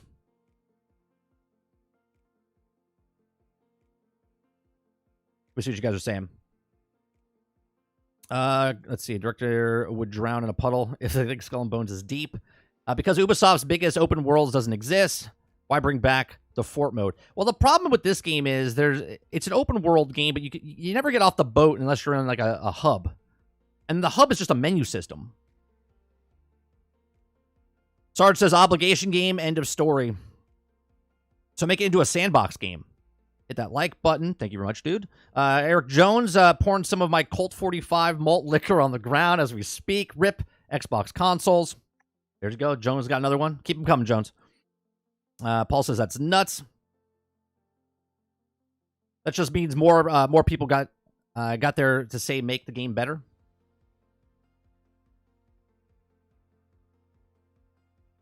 The red flag looks about right.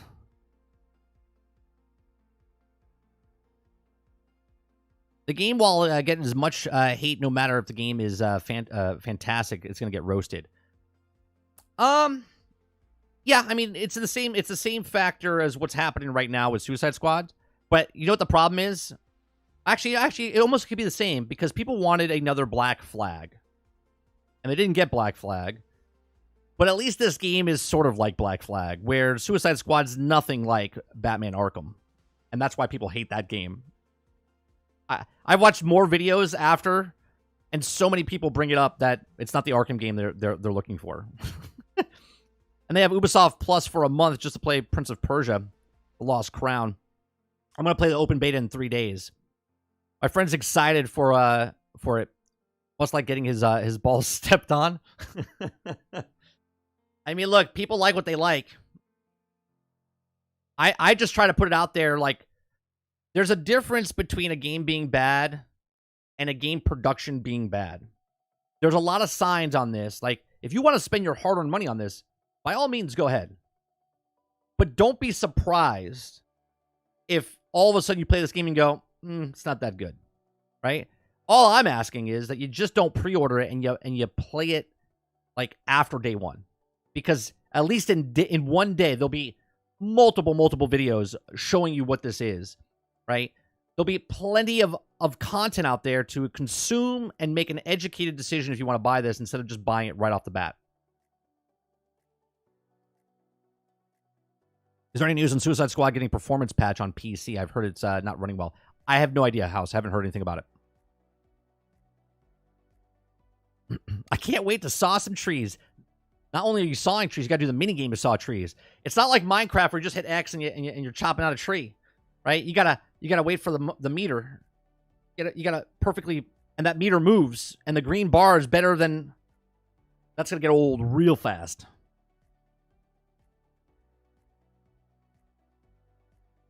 I like how people took the rumor of Xbox and ran with it. I know, Dupless. I mean, that's the way the world works now. No, they're getting a remake of Black Flag instead. So they say. That's what this started as. This started as a Black Flag.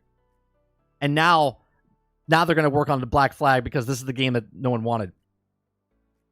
See, I think this game would have been cool. If you made this... I remember saying this when they first showed it, because it was coming out the same time as Sea of Thieves. And I was like, man, those graphics look intense. And then they showed it was a PvP, like World of Ships. And I was like, no, I'm good. If you give me a Sea of Thieves game, but with Skull and Bones graphics, holy Christ. Like, let me do it. But I can't get off my boat. I can't even let go of the steering wheel. Like, you're just stuck on the steering wheel the entire time unless you're meleeing something behind you. You stab them with a stick. The problem with me is there's no melee combat. Oh, no, there is. You turn around and you just do this. You stab a shark when it comes near you.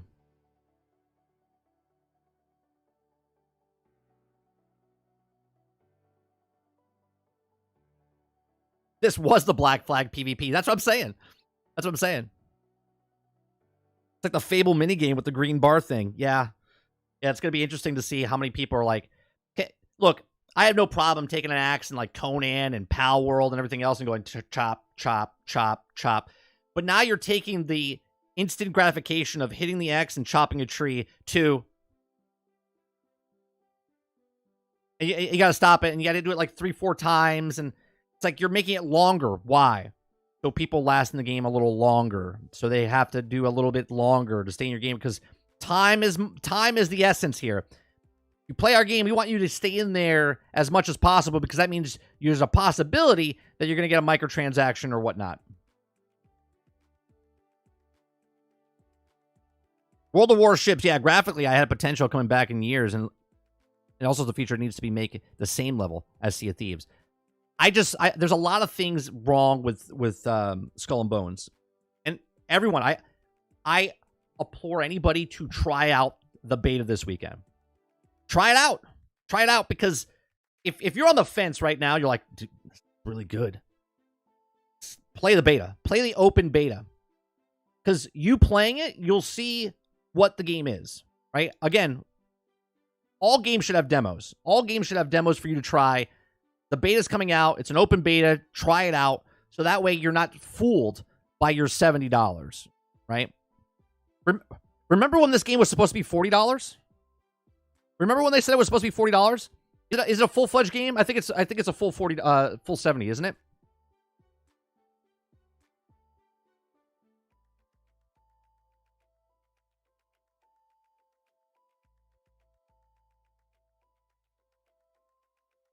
Or is it 60? Oh, it's $60.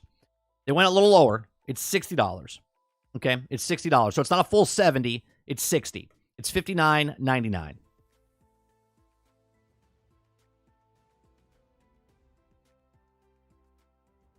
Yeah, it's $60.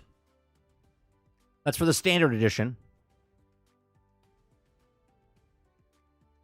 You can get the Discover edition for $89.99. You get 3 days early access. Premium bonus pack, right? No, it's 60, 90, or you could pay monthly on the Ubisoft Plus. Right? All I'm saying is, if you're on the fence and you don't know, try the beta out.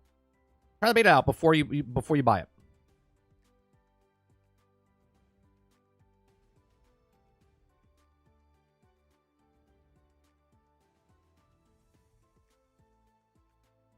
Oh, Foam Stars is out. I like to see how popular Foam Stars is going to be. You don't have to pay for Foam Stars, right? Foam Stars is not purchasable. It's on PlayStation Plus. Is that correct? I have no interest in Foam Stars. No interest.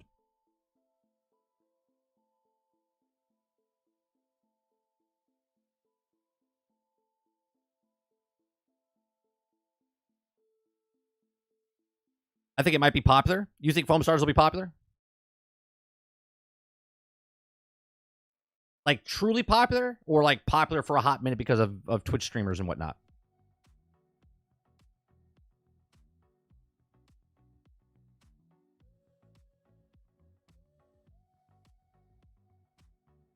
What happened to Eric Jones? It's been like 5 minutes. I didn't see another.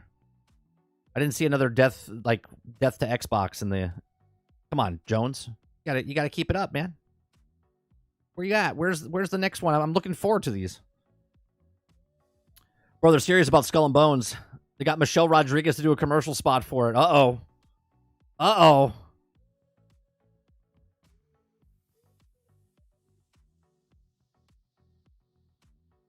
Fall Guys popular? Fall Guys was popular. But it became popular because it was fun. Right? Now Foam Stars could be that. But what I'm saying is it going to be paid popularity, or is it going to be natural, like Pal World popular? You know what I mean? Type of stuff.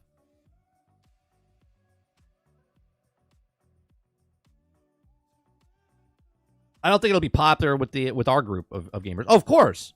No, I know I know that, Water. What I'm saying is it going to be popular like a natural popularity like Pal World, right? Or is it going to be what's the word I'm looking for? Promotion to become popular. You know what I mean?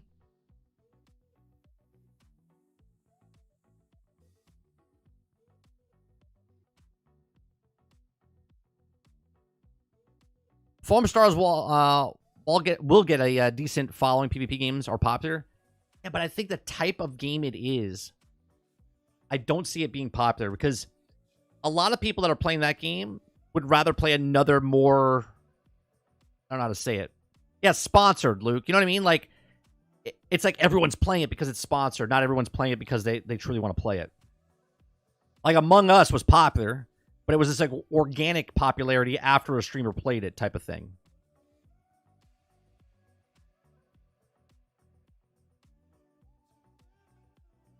It's everything people say and hate. Art, digital copy, or digital only copy, or copying Nintendo game. Look, I'm not hating on it. I don't like that type of game. Like, I wasn't a big Splatoon guy. I thought it was fun to play, but it was like a hot second, and that was it for me. But I also know I'm not the clientele for it.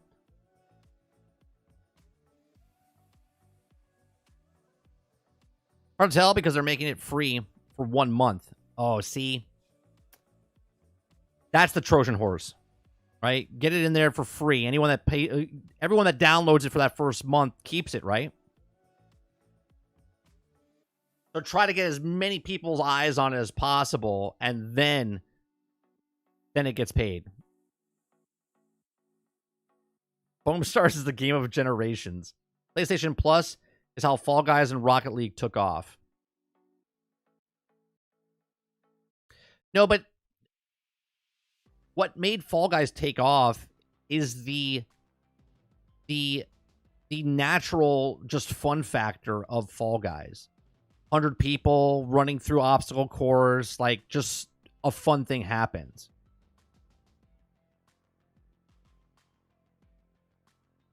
And Rocket League, wasn't that Rocket League on all platforms back in the day? Or am I mistaken by that? Because I remember playing Rocket League back in like 2016 or something like that.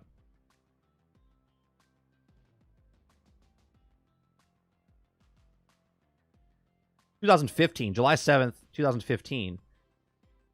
Yeah, and it came out on PlayStation 4, Xbox One, and then it came out on OS and stuff.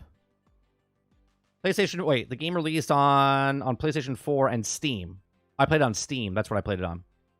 And then with Xbox release, they're coming next year. And Rocket League was popular because it was a cool, like, sports game. I mean, they show Rocket League on ESPN now. How many PlayStation 5s are sold, and how many of them are younger players? Or people who bought the PlayStation 5 for their kids? I think a while people are in the group. The problem with the PlayStation, not to say that young people don't play PlayStation, because they do, But when I say my analogy of Nintendo gets it from birth to death, like my son plays Xbox, obviously, but he didn't really start playing Xbox until he was like 7 or 8. He's 9 now, so he's only been playing Xbox for like, I would say, like the last 2 years. But for the first 4 or 5 years of his life, okay, of his 9-year existence, he was playing Nintendo. Now, PlayStation, if I had a PlayStation 5, there's not a lot of kid games on PlayStation. There are kid games, but not a lot of kid games, right? So I don't think a lot of people are buying their PlayStation 5. I don't think a lot of people are buying a $600 console to give to their 10-year-old. Now, they would give a $600 console to their 13-year-old, 14-year-old.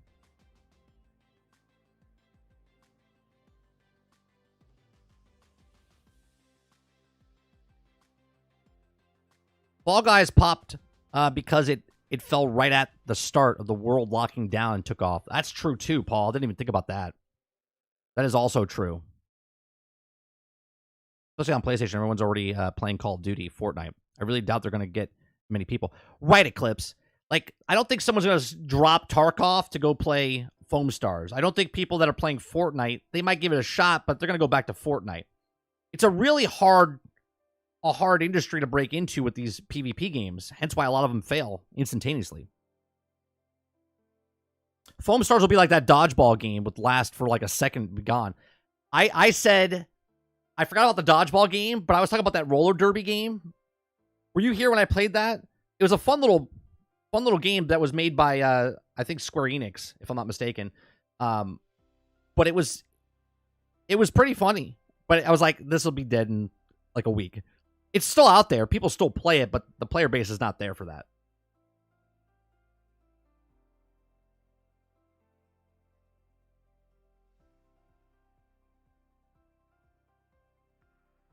Younger kids are playing COD and GTA, Fortnite, Roblox. Sure, but what I'm saying again, I don't think I would hope a 7 or 8-year-old is not playing Call of Duty or Grand Theft Auto. But hey, there's parents. You do you with your kids. Roller Drome, is that what it was? No, Roller Drome is the new one. Rocket League and Fall Guys released more than PlayStation, being free for those on PlayStation Plus, which is around 45 to 50 million propelled those games' success compared to if it wasn't on that service. True. Again, though, I just think Fall Guys, at least Fall Guys, Rocket League and Fall Guys are more easy to play. Rocket League you can play by yourself. Fall Guys you can play by yourself. Can you play Foam Stars by yourself? Right? And Fall Guys is really easy to get into because even if you jump into a lobby, okay, it's just easy. It's an accessible thing to come in. If I'm playing Foam Stars, I have to play online against other people. Rocket League and Fall Guys are single player the entire time if you want to. You can play against NPCs and whatnot. At least I don't know if you could do it at the start. Rocket League, you can do NPCs all the time. I think I'll still let my 8-year-old try out Foam Stars this weekend. You know, kids don't really have a filter, so they'll... Oh, absolutely, Water. Absolutely. Supposedly it drops today or something. Rocket League and Fall Guys or rivalship bias. Oh, it drops in a few hours. All right. Let's watch Matty Plays here. Let me shut this off. We'll comment as he talks about, because I haven't been really following the Xbox news up like a lot. So I haven't watched this video. We're gonna watch this together. Let me make sure. Is this what it was like with Sega leaving the console market? Because I was too young to register. Well, gee golly gosh, slow news week, huh? Is this what it was like with Sega leaving the console market? Because I was too young to register any of that. I had a Dreamcast and I loved it, but I had no idea any of that was going on. I was way too young. But for me, I remember picking up my original Xbox with my dad in Best Buy, And to think that I'm going to live through them potentially exiting the console business in a meaningful way is crazy to think about. And Xbox has watched these rumors spiral for weeks and weeks and weeks, which was largely irresponsible because there should have been some moment somewhere to put out the fire, stop the bleeding, but they let it keep going and going and going. And it was. Yeah, I don't like how, I think Xbox is dropping the ball because of the rumors and stuff that are happening, and they didn't come out and say anything until Phil Spencer put that tweet out yesterday. But I thought it was a little weird that they did what they did. But, you know, because when there's smoke, there's fire. And when one person does it and then all of a sudden it starts to run with it, you're like, is this real? And then no one says anything, but a lot of outlets started to run with it. I don't know. It's hard to say now in the industry. Last night, February 4th, that just everything on social media came to a head. I was sitting here just pounding out my game script for like 5-6 hours. My Discord mentions light up. What happened? And I caught up. Jojo says, but how did it go from releasing a game on PlayStation to Xbox's leaving the console scene? I don't know. I feel like this is like, those of you that are married, you guys have wives that are like this, where like if you sneeze, like all of a sudden they think that you're like, you have like pneumonia, where all of a sudden you just sneeze because like they take it to the next level. They're like, bless you. Are you sick? Do you have a flu? Are you okay? You want some medicine? It's like, why don't you calm down? It's just like the pollen was, I just sneezed, right? I feel like that's what's happening with the internet right now. I feel like the internet, they're like, we're coming out with what, like it started with Hi-Fi Rush coming to PlayStation, and now it's Xbox's closing forever. like crazy leap. It's a crazy leap. And like I said, Xbox may be leaving the console business. Phil Spencer wrote on his Twitter account, "We're listening and we hear you. We've been planning a business update event for next week where we look forward to sharing more details with you about our vision for the future of Xbox. Stay tuned." And the way I look at it is that since there was no manner of any kind of putting out doubts or fear or trepidation about the future of the platform, it likely means that there is truth, strong truth, to the rumors and the reports that have been ongoing. Not just that Xbox games are going to PlayStation and Switch, which I think people were kind of ready for with the smaller games, but major. I love how people are like, oh, we're all ready for. Everyone was in denial before, though, right? Everyone was in denial that no, it's never going to happen. They're keeping the third party, blah blah blah. Again, I said this 5 years ago. I said their games are going to be on a basis, and I said that they're going to move to the cloud gaming and Game Pass because that's their business model. I said, and each game that comes out will be exclusive for a period of time, and then they'll probably put it to PlayStation down the road. Tentpole exclusives that you thought were building blocks for Xbox are leaving the platform sooner than I think anyone expected, sooner than anyone I think who's within the ecosystem deeply is comfortable with. The meltdowns on social media have shown us that much. And they're going to PlayStation. I'm talking games like Indiana Jones, Starfield, and much more. We're going to get into a plethora of reports here. So let's not delay any further, right? Let's begin at the top with, I think, was the backbreaker. And it came from Tom Warren of The Verge with an article titled, Microsoft Weighs Launching Indiana Jones on. Why is this a loss, though? If it's just Indiana Jones, let's just take it at face value, right? Indiana Jones, A Great Circle, could arrive on PlayStation 5 months after the Xbox launch. Okay. Like, just take that exactly what the headline says. Okay. Great Circle. Let's say it comes out in July. Okay. You're an Xbox person. You have the Xbox. The game comes out on Xbox. It's on Game Pass. You didn't pay for it. You play it on Game Pass. Okay. And then 6 months later, it comes to PlayStation. I can't believe it. Like, I don't understand. I don't understand. I don't understand. The future of Xbox is everyone gives $20 a month, no particular reason, success. The most people who buy consoles don't care. Most hanging on YouTube and Twitter. I just don't get it. Like, just read the title. Why is this an earth-shattering title? Microsoft weighs in on launching Indiana Jones on the PlayStation 5. Indiana Jones, The Great Circle could arrive on PlayStation months after Xbox launch. Okay. That's a win for the people on Xbox because they get it first. That's a win for customers because it's on all platforms, right? All consoles. It's a win for PlayStation because they get to play it as well.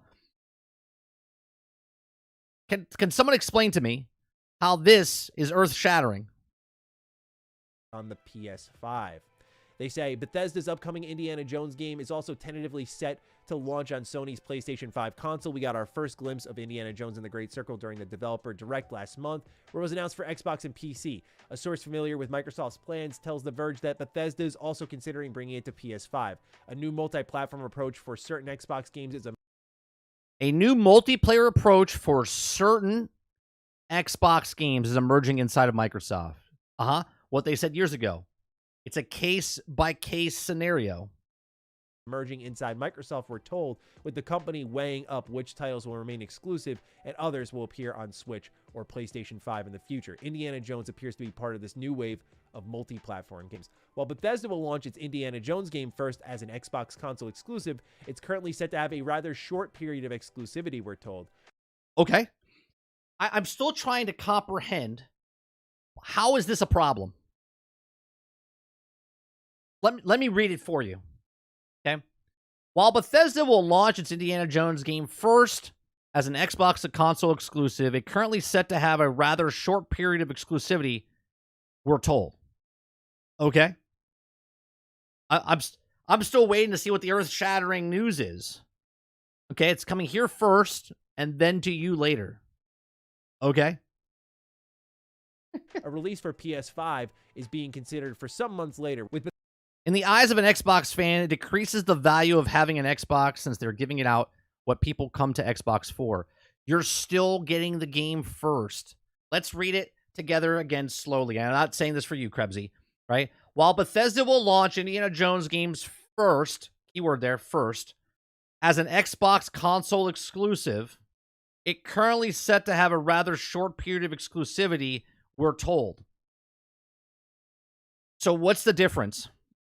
I don't have a PlayStation 5. Spider-Man came to PC. A year later, a year and a half later, I have to wait, and then I bought it on a different system. What's the difference? Months to a year? What's the difference? Okay, great. I'm a PlayStation owner. I don't own an Xbox. Oh, cool. It's coming to PlayStation. I'm an Xbox owner. Oh, cool. It's coming to Xbox. What? Another person gets to play the game that I already purchased? Bethesda tentatively targeting a December 2024 launch for the Xbox and PC versions. Exact timing and platform availability for Indiana Jones and the Great Circle could change, particularly as Microsoft's new multi-platform approach for Xbox games hasn't been finalized. And they mentioned here about what's going on with Sea of Thieves and Hi-Fi Rush, which were the first reports of Xbox games. That's another one. Sea of Thieves has been out on the console for 5 years. 5 years. Is that not enough time to have exclusivity? Going to PlayStation. Yeah, when you think of major IP games coming to Xbox, the first kind of shadow of doubt appeared with Blade. When you looked at what was happening with Blade, there were question marks about its exclusivity because there was no comment from Bethesda, no real comment from Xbox, no Game Pass. Because people want justification of the box they bought. Exclusive definitely do that. But I don't understand. That's like getting upset for... you have Netflix. You pay for Netflix, right? And Netflix has an exclusive to watch Mario first. And then you don't have Netflix. You have HBO Max. And then 6 months later, it comes to HBO Max. Should I be mad as a Netflix person that now HBO Max gets to watch the same movie that I get to watch first? Now, I guess maybe because I don't own a box that I had to pay for ahead of time. But then it goes into, I bought a television for $1,000. You bought the same television for $500 6 months later. Should I be upset at the company for selling that television for cheaper? I just don't understand the loyalty here. Logo. The big question was, why are you taking away from your own excitement? And I think we now know why, because there were discussions on... I'll look at that in a second, Paul. That point of what will be exclusive and what won't be. What I think is going to be the most fascinating to watch incompetent communication Xbox tackle, because I like some of the things they've done, but man, their communication for years has been garbage. And I am going to watch with my popcorn in hand and see how they attempt to explain to the purchaser how some games will be exclusive but others won't. What the Hi. We here at Xbox really appreciate your business, and we think that more people should play our games in more areas. So, moving forward, case-by-case scenario, some of our first-party title games will come to Xbox Game Pass 6 months early, and then it will come to the other platforms so more people can play more games. How dare you, Phil? rationale is, why there's even a reason to own an Xbox at this point, and how many people... So don't own an Xbox. Don't own an Xbox. They don't care. Why do people still stuck on this old tradition? I feel like the fans are like the old people that run television networks, right? They have streaming services now, but they have to make the show 22 minutes long because they have to put ads in it. There's no ads. There's a subscription model for your content. You can literally make that show 30, 40, 50, 100, 3 hours. It doesn't matter. Like, it doesn't make sense to me. People are going to be so pissed off when we talk about Starfield here and how it leaves Xbox. I feel bad for the people who bought into Bethesda Game Studios and said, you know what? That's a compelling exclusive right there. I got to pick that up. And they buy their Series X or their Series S for that game. And here you go. Ready? Here's what's going to happen with the Xbox community. If you're a person that's upset about this, you have an Xbox. You already paid the $500 for your Xbox, or the $400 for your Xbox, or your $300 for your Xbox. They already have you by the cojones because you've been playing games on Game Pass for the last 3-4 years. You don't want to pay. You're like, I'm a fan of Xbox. I don't know what you're doing to me, Phil. I'm never going to buy your stuff again. They're like, okay. It'll be on the phones, the tablets, the television set, the PlayStation 5, and we're going to keep releasing games. And if you're a PlayStation 5 owner and we have a first-party title, Blade comes out, and now it's on PlayStation 5 6 months after it comes out on Xbox, you're done with Xbox. But Blade comes out, you're like, oh, I'm going to buy Blade now on PlayStation because I'm a convert. I've left Xbox. They hurt me. Here. I'm pointing to my wallet, not my ass. Right? They've hurt me. Those are the points that they've hurt me at. Okay, so now I'm going over to PlayStation, and I'm going to buy their games over there now instead. Okay. Then you see this a couple months later. That's got to sting. But when you look at the quarterly earnings reports, Titanic music playing. I love it. Love it, chat. You see how content and services were up, mostly thanks to Activision Blizzard, and the game revenue was up, mostly thanks to Activision Blizzard. But guess what only went up 3%? Console hardware sales. And I think it just shows that with console hardware being in line with the sales of the Xbox One right now, it just shows to me that big games like Starfield or the knowledge of Activision Blizzard being injected into the ecosystem moved a lot of games and moved a lot of subscription services, but it didn't move many consoles at all. With that, I believe Xbox is done pretending they're in. I think there's two sides here, Luke. I think the PlayStation fans think that Xbox is going bye-bye, right? And then the Xbox fans that are upset about this all of a sudden think that something is wrong for having more people be able to play their game, right? I think both sides have actually lost their minds, but whatever. In the console war, which they have been losing 2-1 for 2 generations straight now, and are going headfirst in a direction that makes more sense for their business, which is something that I don't think many people are ready for. If I were to have a theory, bit of speculation here, my read of the situation is that there is a little schism ongoing inside Microsoft right now. I see the bean counters like your Satya Nadella, your Tim Stewart's versus like the gamers in Sarah. Does he have his PlayStation propped up on like 2 other pieces of... What does he have him on top of? Why do you have your PlayStation? Is that a PlayStation 4? Why are you doing that to your PlayStation? Sarah Bond and Matt Booty and Phil Spencer, the faces that people know and love. And when I look at comments that Phil has made versus what Tim Stewart has said in the past, where Tim Stewart especially was like a fire starter in this sense, and then Phil pretty much erasing his comments shortly thereafter, and then Satya Nadella where he said that Xbox games are coming to Xbox and consoles. This is blown out of proportion. We talked about this a couple of weeks ago, right? So it says, we think we now have the ability to what was always set out to do, which is build great games and deliver them to folks across all platforms, which is Xbox and consoles. But they already have that. They bought Activision. Call of Duty is already on the other consoles. So in context, we think now we have the ability to do what we always set out to do, which is build great games and deliver them to folks across all platforms, which is Xbox and consoles. So all the games that they've made for Activision Blizzard, which is across platforms, those are there. Okay. Then there's the new games, which they said years ago that case by case scenario that they could also make across the board for other consoles as well. Right? Like I don't understand. Which pretty much spells out what it is. I see that Microsoft is winning over because as Xbox has climbed the ladder as now the third biggest part of Microsoft. Right, Soy? PlayStation gets a 1-year exclusive. It's good on you. Xbox gets it. They're shutting down. It's like, what are we talking about?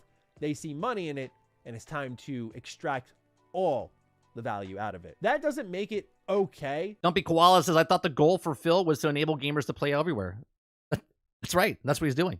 At least that's what we think he's doing, right? So to say, I'm not afraid to say that I think Xbox is making potential. I have a good friend who has his PlayStation 5 on top of a fucking milk crate. Why? What? People do some weird things with their electronics. An Xbox One era level mistake here. I do think the future is without a walled garden, but much like with the Xbox One, I also think Xbox is way ahead of the curve on this one.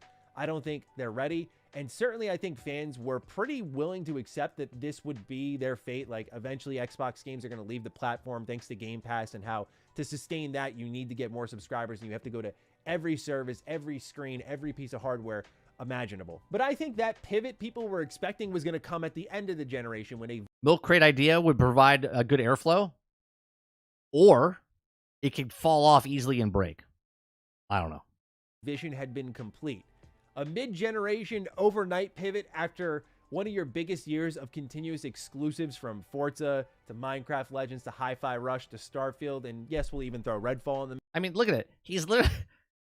I don't know why this is. He's talking about stuff, and I'm worried about his PlayStation on top of the Jenga tower that he's got going on here. Mix to now this says to me that the higher-ups looked at some sort of number or lack of sustainability and said, yeah, we're going to lay a ton of people off. We're going to reorganize this gaming business, and we are going to build this thing to last, and we are going to do that by selling it to everybody. I have some more thoughts. I'll get into that shortly, but it's not just IP that you never knew about that we're going to be exclusive on Xbox. It's like long-standing stuff, such as Video Game Chronicles reporting here.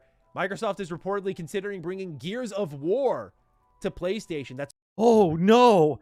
A series that's been out for Xbox for 20 years. Gonna bring it over to the other systems. Oh, the horror. According to Giant Bomb's Jeff Grubb, who was elaborating on recent claims that Microsoft is working on a new initiative to release more Xbox exclusive games on other console platforms. Quote, the other one that I've heard that's definitely under consideration, it doesn't mean that it's going to happen, but it's in talks, is Gears of War, end quote, Grubb said on Monday. Grubb also said that Microsoft was at one point planning to publicly explain its new initiative at the end of February, but that given the mounting speculation, there's a chance of an official announcement could be brought forward, which we just talked about at the start of this video. So yeah, I'd say there's 3 series that are synonymous with Xbox. My lovely co-host, Halo, Gears, and Forza. Lord Cognito always called it the burger, fries, and shake combo. Halo, Forza, Gears. Boom! That's exactly right. And you know what? Halo doesn't really matter because me and Sarge talked about this. Halo is not the franchise anymore that it used to be. It's just another game on Game Pass. That's why Starfield was the new thing on the box and whatnot. Okay? Halo, if it goes to other platforms, it's already on PC. Who cares? Okay? Who cares? It's a game that's been on the platform for 20 years. For 20 years. It's okay if someone else gets to play it now. And the idea of those leaving the platform definitely spells the end of Xbox, as it is the end of console wars. Gears of War, I know it may... It's the end of console wars. In your headcanon, sure. Sure. There's never been a console war. That's for people to justify what they're spending their thing on. It's a status symbol of what you have and what I have. Well, here, you fuckwads. If I have all the systems, I think that's better than having one system. I don't know. Call me crazy. May not be as, if you will, prominent or recognizable as Halo. That going to PlayStation, throw in the white towel. That's it. And the problem with that I have is some people will receive the lack of desire for Xbox to go anywhere as like this fanboyish clinging on to what once was. No, Xbox, don't go. I love you. There's 2 points I'd like to make with this. The first being that when it comes to Xbox and their exclusives, I get why they need to exist because it gives your brand identity. When you dissolve those, then there is less competition. Look at what PlayStation's doing right now. And I don't say this to drag them unnecessarily, right? But I look at what they're doing now with their focus on remakes, remasters, very little new IP. And you look at the era during PS4 with like Gravity Rush 2 and Concrete Genie. And you look at games like Puppeteer. You look at these types of games remakes from PlayStation that were really fun, creative new things, and they're scarcely seen. Maybe Astrobot sequels when it launched on the PS5 is a great example, but otherwise, nothing else. Nintendo is about Disneyifying all of their IP. Here's the latest Mario game, the dude you've known for over 30 years. Here's a new spin on Zelda. Here's another broken... Right, Sarge. If you have all the systems, you win. Gotta collect them all. Gotta collect them all. Pokemon game that you're too baited by nostalgia to ignore. And they're just going to keep rinsing and repeating that with scarcely new IP. The exciting thing about Xbox being involved in a meaningful way... I lost this round because I didn't spend $500 to get a PlayStation 5. Oh no. Not just as a games publisher, but as a platform holder, is they were forced to evolve and create new, exciting IP. And by acquiring those studios, which was something that I was definitely behind, those studios would be able to chase new and exciting visions that previously were unthinkable because they were limited by traditional games business. That game good? What was that game called again? That was what was exciting for Xbox. They served as a barrier breaker in ways that creativity could be unlocked, especially when you account for Game Pass, a way to monetize games and fun games, particularly in the AA and indie space. Maybe AAA, the game would be different, but instead they were going more internally focused by taking their own games instead of paying. Right, it starts with a P, Krebsy, but I forget what it was called. For other big AAA games to put them on the service. So it seemed like things were finally coming to fruition. And when you look at now where... Sentiment, thank you. Altern. 1 point for Altern. Altern wins today. No, Z, now you're just copying. Mo, you guys are too late. Altern's quick to the draw. 1 point for Altern. All the rest of you get 0 points. They're at. And if they're going to make an exit, it is going to make, I think, gaming worse in some ways.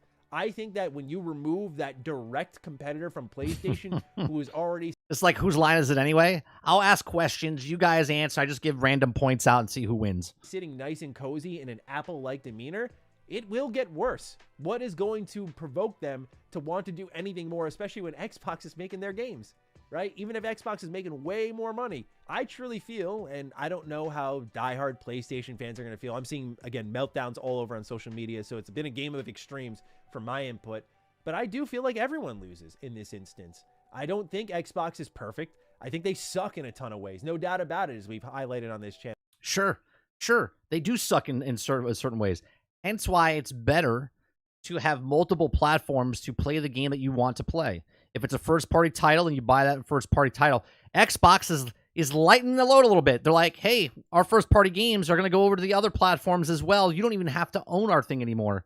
Or you can get them first on our platform exclusively for a couple of weeks, months, whatever. The way they've handled some of their primary first-party games is embarrassing. And the fact that they did all this damage to themselves and it could have been avoidable is perhaps the biggest shame of it all. But I feel like having them in the industry is necessary because I fear who fills the void. Is it Apple? Is it Tencent? At least Xbox has a foothold in game. Krebsy, that's the best thing you've said. Xbox doesn't give two shits about the market and will do whatever it makes to make most cash. That's exactly right. And Microsoft knows how to make money. Gaming for generations.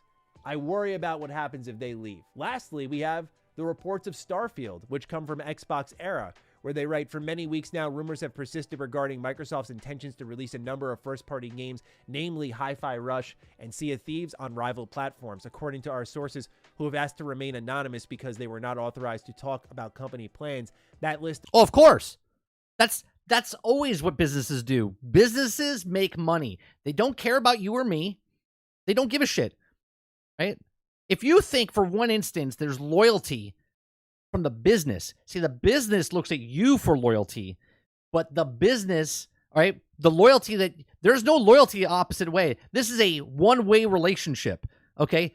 You love the IP, you love the company, but the company doesn't know your name. Right? Does not know your name. They know your credit card. They'll come back to you. Hey, we know you like this. You want this too? Of games also includes Bethesda Game Studios Starfield. According to sources, we understand that currently Microsoft are planning a launch for Starfield on PlayStation 5. Salty, I didn't see what you said before. It says Halo's Gears and some other titles that also Xbox identity, and giving them the way considering PlayStation only give to PC and the Xbox consoles they see is a massive loss to Xbox identity. Yeah, but why is it okay for me to play Mario on an iPhone? Why is it okay for me to play a Sega game, right, on a competitor, right? They went third party or whatever. Right? Again, I'm not saying Xbox is doing this. I'm saying they're going to do this and more, right? Like, I don't understand why people are so upset. They get attached.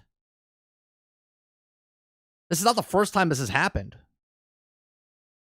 Post the release of the already announced Shattered Space expansion for Xbox and PC, which is on target to arrive at some point later this year. We've also been informed that Microsoft have made additional investments in PS5 dev kits to support ongoing development efforts, adding further fuel to the fire. There could be some level of rationale to this because some Bethesda games were in development over on PlayStation and then Xbox came in and X'd them down, and so they may be just double dipping on those investments that were previously made to ensure that they maximize their... Here's the funny part that I think is funny. PlayStation, we talked about this yesterday, right? PlayStation sees you and says, okay, here's the PlayStation, and you buy the PlayStation, right? And this is not making fun of anyone, right? I'm showing you what their business model is. PlayStation says, here's a PlayStation 5. We're like, oh, we only can sell 120 million of these. And then they're like, how do we make money off the people that are loyalists to us, right? And they're like, well, what about if we make a VR headset? Okay, great. They sell that to you for $500. Then they go back to the person that's still giving them money. They're like, well, what else can we get them? What about the portal? Sure, here's a portal for the same people that bought this and this that need this to use these things. And they're like, man, these are the most loyal people ever. If Sony at one point said none of these things work going forward, is Sony fans upset? They're like, nope, give me a PlayStation 6. Give me a PlayStation VR 3. Give me a Portal 2. Because those are the loyal fans. But the industry doesn't care about you. They'll change whatever they do. If they know there's a bigger cash over here than here, then that's what they'll do. Business does business. Their profits, but I think that's a bit of copium for those who are really trying to hang on to any sort of hope here that they're not going all third party. What this says to me, though, which is perhaps the biggest slap in the face of all, is that Xbox fans, you get to kind of beta test. You get the game at launch. You get all the patches as they gradually come out.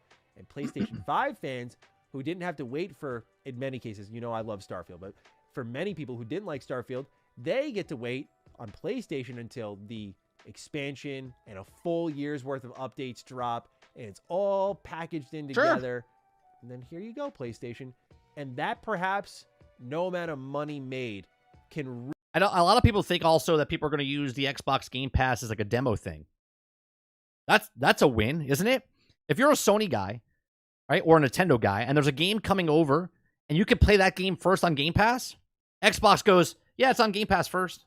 And they come over and go, I'll give you $10. I'll give you $15 to try that game out, right? They have your money for that month. And then all of a sudden another game comes out and they're like, oh, wait, it's over here first and then it's coming over to PlayStation. So I'm going to give you another $15 next month to try that game out on Game Pass as a demo. And then I'm going to go over on PlayStation and then I'm going to buy, I'll show you Xbox. I'm going to go buy it on PlayStation for full price after I just gave you $15 for that. And now they just made more money. Amazing. Really help a consumer understand why you would do that to them if they're a supporter of your platform. They should be getting the best experience, and just like how PlayStation wisely does it, the people on PC just get the late experience. Continuing on, Xbox Era writes, as the already existing rumors have suggested, the idea of bringing first-party titles to competing console platforms marks a massive change in strategy for Microsoft, and from what I understand, it's not been without fierce internal debate on this new direction. Releasing Starfield on... As the already existing rumors have suggested, the idea of bringing first-party titles to competing console platforms marks a massive change in strategy for Microsoft. From what I understand, it's not been without fierce of internal debate and also new direction. Releasing Starfield on PlayStation 5 contradicts the original statement around exclusives made by President Xbox Sarah Bond. Okay, it's awesome to share with you, for the very first time, one of the most anticipated games of the world from Todd Howard and the team of Bethesda, a groundbreaking game, and yes, it's exclusive. Yes, until it's not, which I've also said in the past. It is until it isn't. That's not a false advertisement. That's not a false advertisement. It's exclusive. Yes, it was exclusive. And then it wasn't. You want to keep up with the Joneses? Get it here. And then it's everywhere else. Buy this thing here exclusively. And then it goes to other stores because it's less popular now. And they're like, yeah, the exclusivity is gone. That's not a lie. PlayStation 5 contradicts the original statement around exclusivity made by President of Xbox Sarah Bond during the Xbox and Bethesda Game Studios Summer Showcase of 2021. Quote, it's awesome to share with you for the very first time one of the most anticipated... El Dente says it. That doesn't say it's exclusive in perpetuity throughout the universes. Right, right. Maybe Earth 2. Maybe it's not exclusive there. Or maybe it's still exclusive there. Anticipated games in the world from Todd Howard and the team at Bethesda Game Studios. A groundbreaking game. And yes, it is exclusive. According to our sources, Microsoft's senior leadership team have reportedly debated the various pros and cons of releasing more of their exclusive software elsewhere and internally. Not everyone is necessarily happy with the decision, but recouping the potential money left. There's the big word there. Right? Recouping the potential money left on the table. Me and Sarge say that all the time. Money left on the table. It's exclusive till it's not. On the table by releasing elsewhere has arguably won out. What this says to me is prepare for shocking exits if this is the direction they're heading in, right? Because what it sounds like is from, I'd say... I remember saying this when Activision, when they first announced the Activision deal, before they even went through 2 years prior. And I said, of course their games are going to be on multi-platform because they have to recoup the money. Okay? I said it could be exclusive. I said, but they're going to make it on all platforms because they want to make the money back as fast as possible. I don't know if you guys can count, but $69 billion is a lot of money to make back. Okay? And you can't do that on 23 million consoles. Like 2018 with really this. Even if you went out and sold an additional 100 million consoles, you still wouldn't make that $69 billion back because every console they sell is lost money in their pockets because most consoles are sold at a loss. Start of Game Pass in a meaningful way and on was like the Phil Spencer vision. And I think a lot of that did get held back. I'm not making excuses. A lot of that did get held back by like the wait for merging and acquisition. But you know how you do make money? You make money because you're not making a disc. It's a digital freaking object and you're sending it to the masses across any platform they want to play.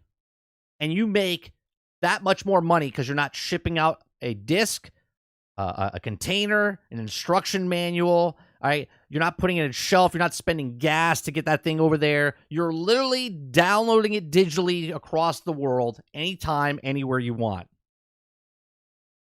Positions and what would result from that. And this sounds like, hey, Phil, taking the wheel here.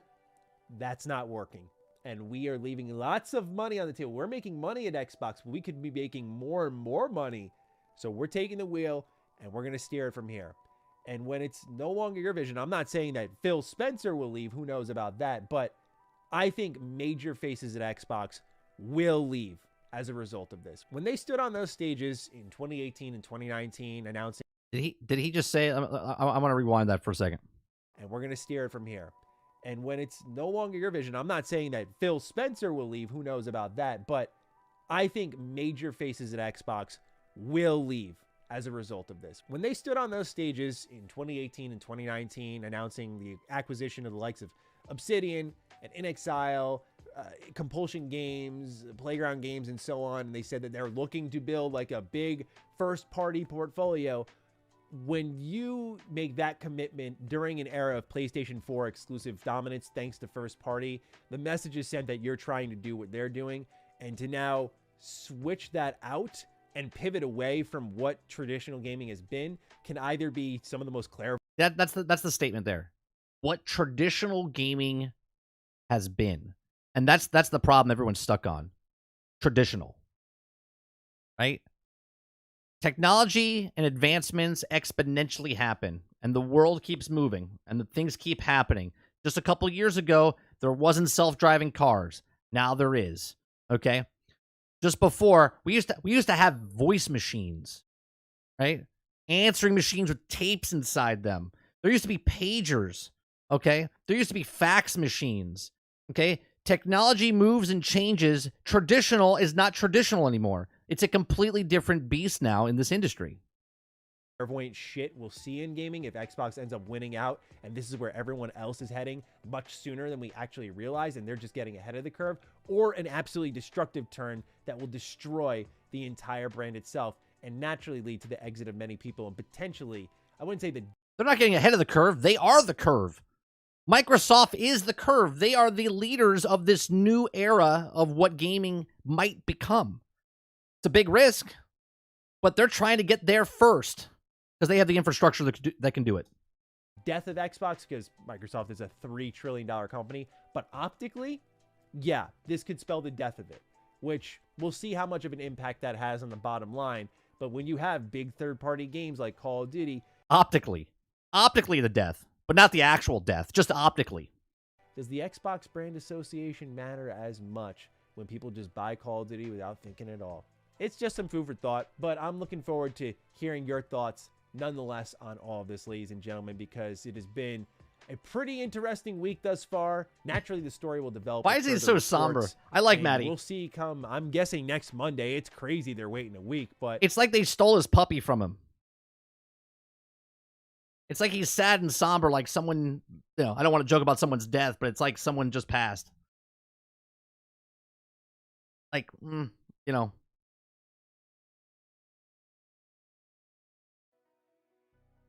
like, yep, here it goes. So sad that more people get to play Xbox. Even though he's been saying it for multiple years in the open. More games for more people on more places. and then when more games come to more places for more people, everyone's like, what's happening? There's more games coming to more places for more people. They always call Phil Spencer a liar, and then when he actually says the truth, people are like, what's happening?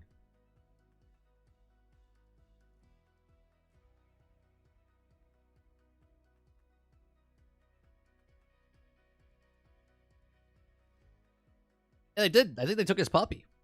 I think that's what everyone's doing. I think that the Xbox fans, I saw people, like, their whole channel revolves around Xbox, and they think their channel's done. Like, okay. But the sky is falling. He's trying to act sympathetic for Xbox fans, I guess.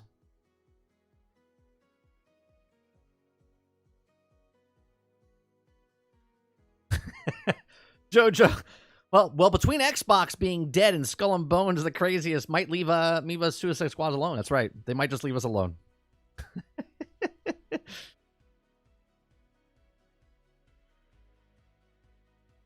Are they crying real tears? Yeah, there's literal channels out there that base their whole YouTube channel on Xbox, and they think it's over for Xbox.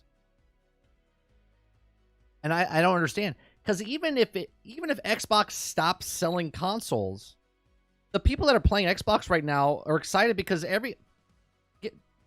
stop me if I'm wrong here, but if you're an Xbox user, anytime you see a Xbox game announced or a third-party game announced, your first question out of your mouth for the last 2 years is that coming to Game Pass? right? Is that coming to Game Pass? Last time I checked, you don't need a console to have Game Pass. Right? Last time I checked, every Xbox owner's like, coming to Game Pass. That's coming to Game Pass. Coming to Game Pass? Is that game coming to Game Pass? And now they're like, console might be going away. Rumors, obviously. Right? And they're like, it's over. It's over. It's like, what the hell just changed? Like, if a game comes out, you can still ask the question, is that coming to Game Pass?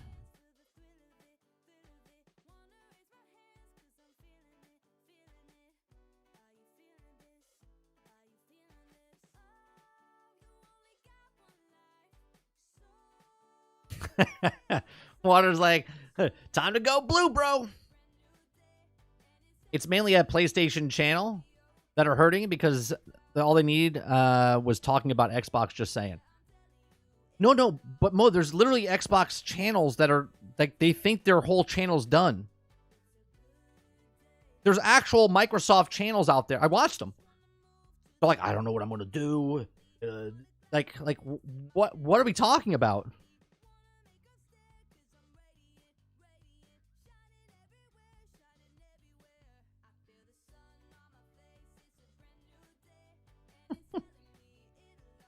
Go check out Matty Plays. He doesn't need my help. He's got 548,000 subscribers.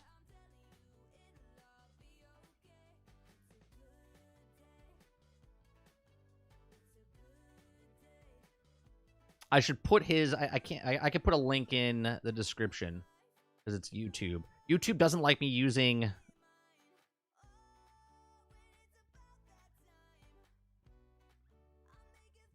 Oh, it's Mr. Matty.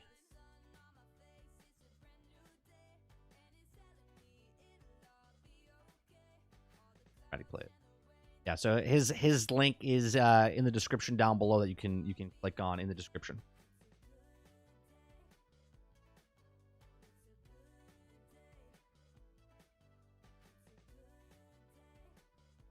Colt Eastwood was less somber than Matty. How long is Eastwood's really like watching him? He goes sometimes he goes above and beyond. Colt Eastwood.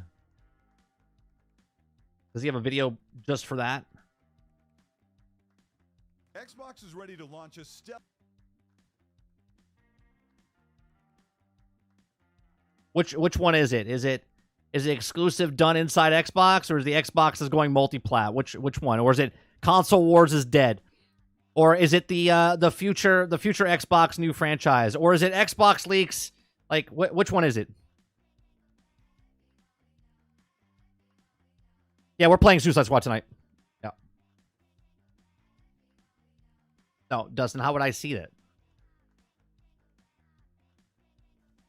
1240?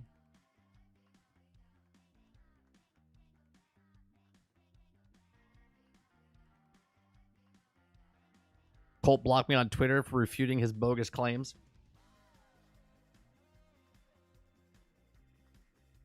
I'll watch it after. I'll watch it after. The lobby boss dies tonight. Right. Hopefully the servers are better tonight.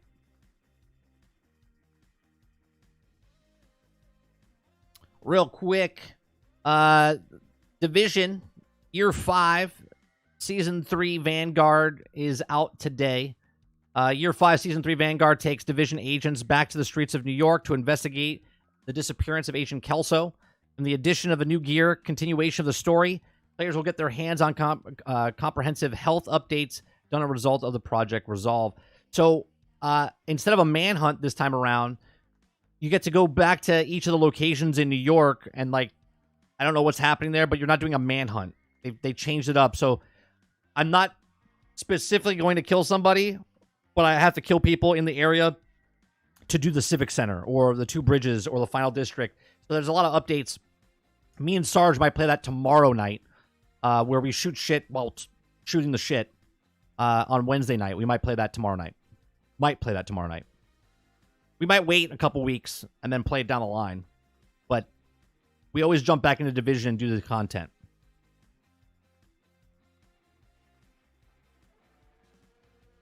No, divisions are free.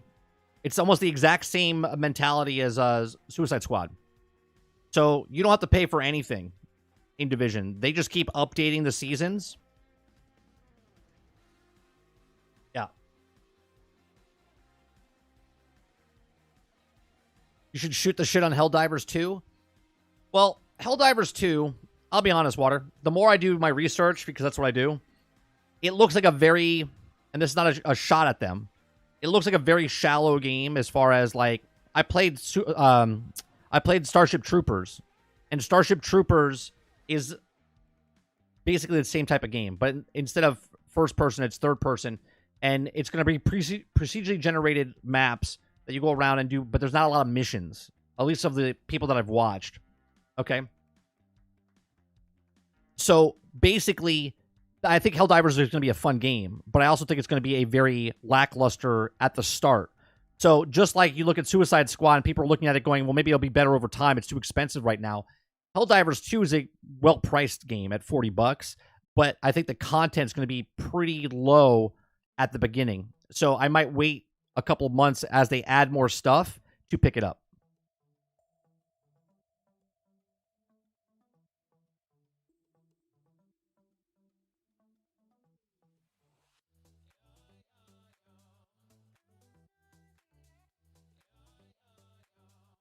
Wait, you can just buy Division 2 once, and that's it? You have to buy Division 2, and then you have to buy the expansion, which is the New York one, and they go on sale all the time. And then all the seasons is free content. You don't ever have to buy any of the season stuff. The last time I purchased anything was the New York expansion, which was like 4 years ago.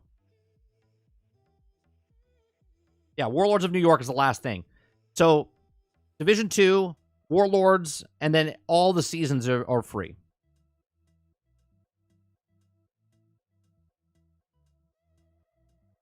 Yeah, and I never paid for any of the battle passes. You can earn a lot of the stuff during just going through.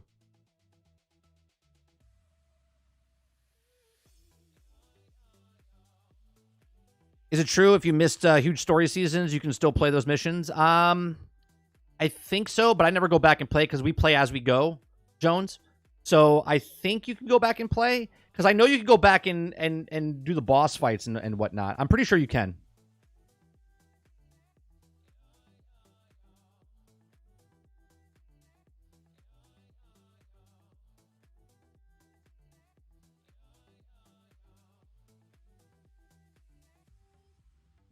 BJ says, yes, you can. I have it. There you go. I've never gone back and played. We just play as it consistently comes out.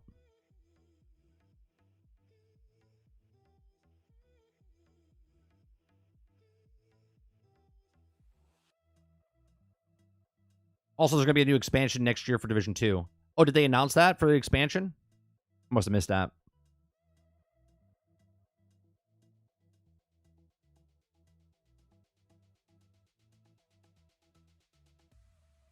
Yeah, I'm going to go back to Hogwarts when that new mission comes out. I'm not sure when it comes out. And then supposedly there's going to be some sort of other news they have this year for, I don't know if it's DLC or what.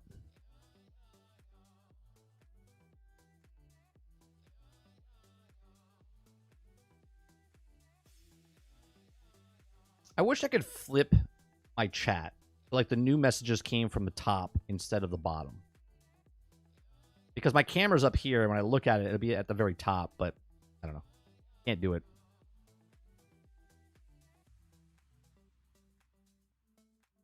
I don't believe there's crossplay. I'm pretty sure there's not crossplay.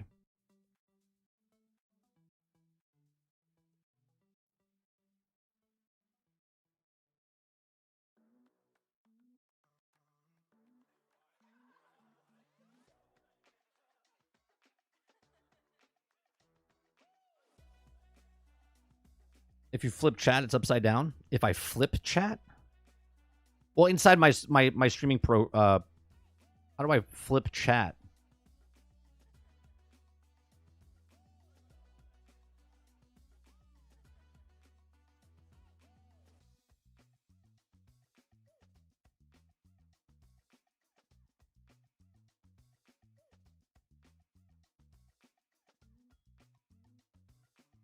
No crossplay means no sale.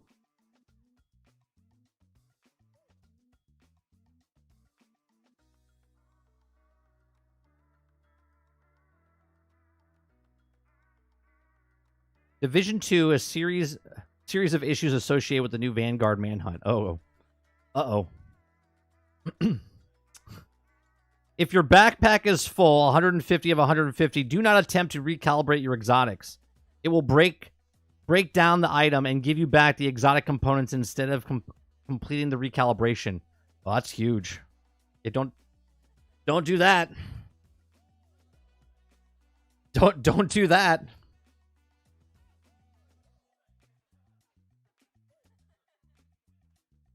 When you played the beta, was Skull and Bones as bad as you thought it was? I think it should have waited on that one. Yes.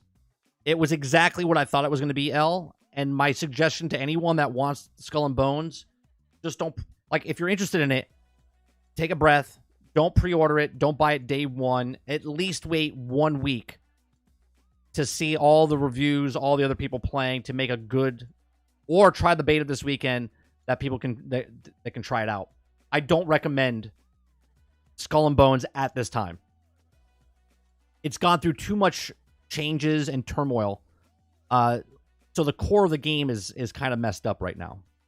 And it's gonna take at least a year to fix the base problems. And then, if it even lasts that long, I'll be honest with you. Like, it'll last 2 years. I'll say 2 years. But it'll take at least a year to get it where it needs to be at launch.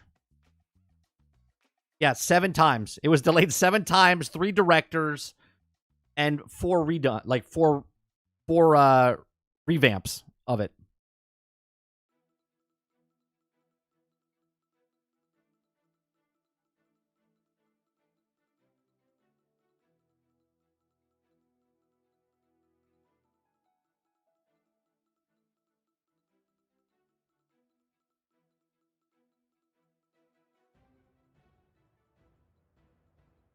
Skull and Bones live service? Not sure. You know what? Let me look that up.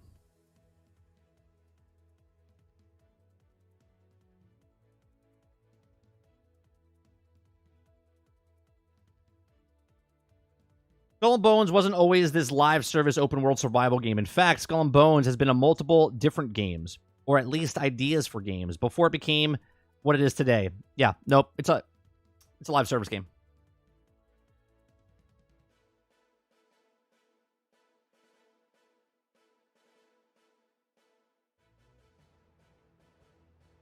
Yeah, that game is a year off from what it should be at launch.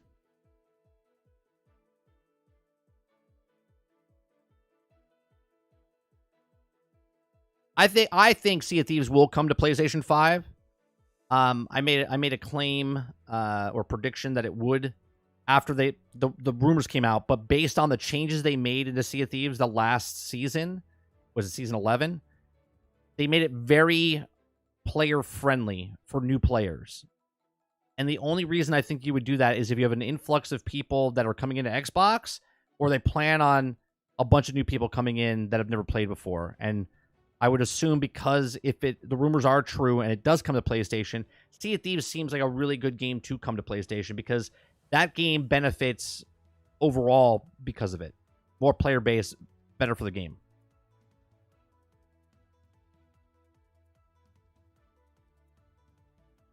Eclipse, should I remove you from the Suicide Squad clan? Because you might go into Foam Stars and you might never come back. Can I give your spot up? 16 spots. It's very like gold. All right, chat. There's gonna be a spot open. Eclipse is gonna go play Foam Stars. Watch Sea of Thieves release on PlayStation February 16th, aka Skull and Bones release date. Maybe. The power of foam compels you.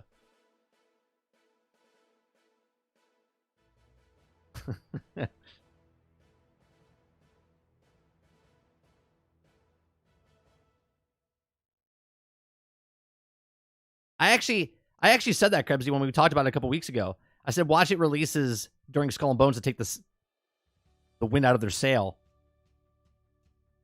Hey-oh.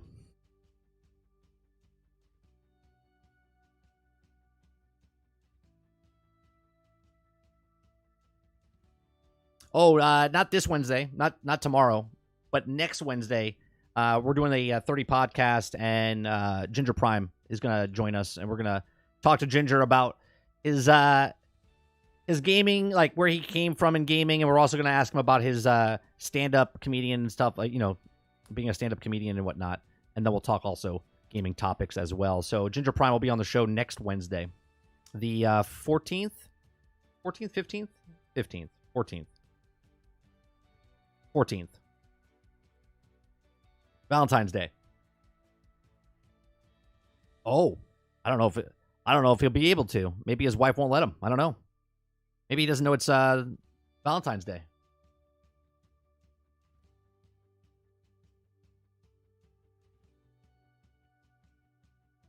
I'll have to check with him. I'll send a message out.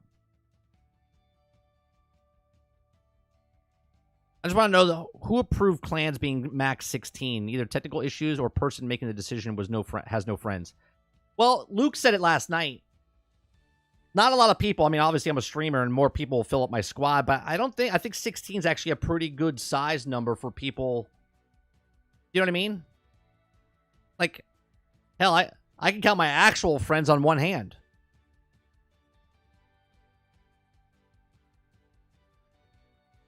How big is the squad size? 4. Yeah. You can have 4 groups of 4. Which I think they did because of the PvP mode inside the game itself that's coming. Where you can do 4v4, v4, v4. And that's why they do 16. So you can have, like, you can be competitive within your clan and have fun. But that's just a guess.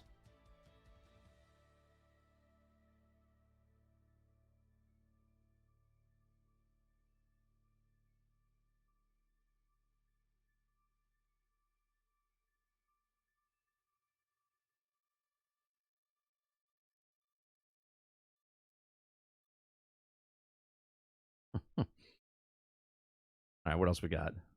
I'm just scrolling through. Hogwarts Legacy has officially cleared Zelda as 2023's best-selling game worldwide. Okay.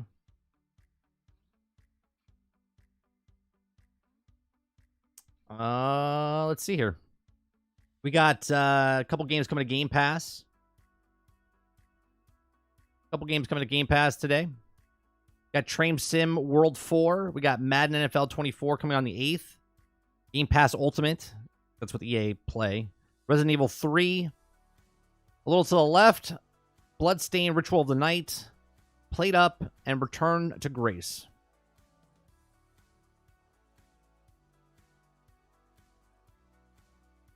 I see my son in the future in that train game. He liked playing the other one.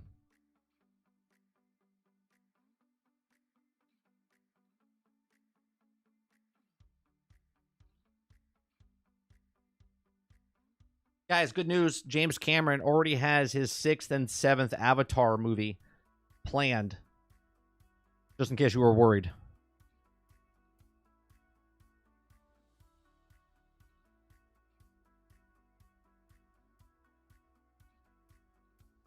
I don't know who that is. I have no idea who that is.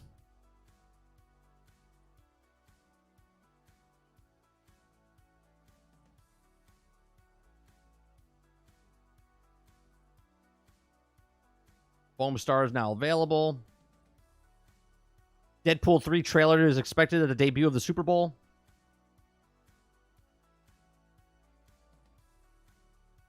Come on, Argus.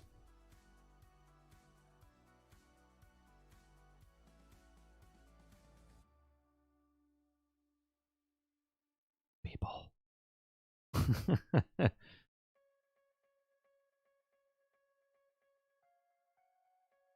Apple Vision Pro running PC VR chat with index controllers. Cool. You see the people walking around the cities with their Apple Vision Pros on? See the guy driving a Tesla while he had the headset on? Like, bro, what are we doing?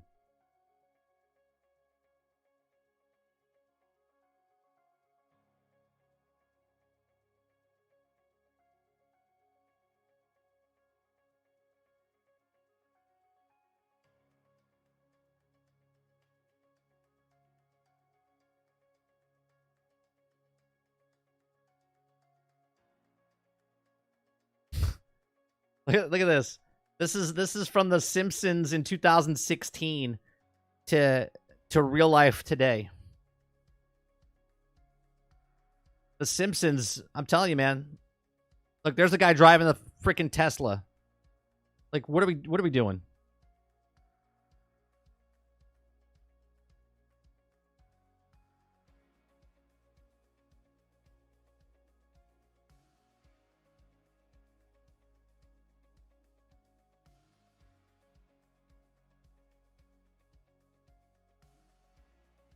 We're doomed as a society. We're doomed as a society.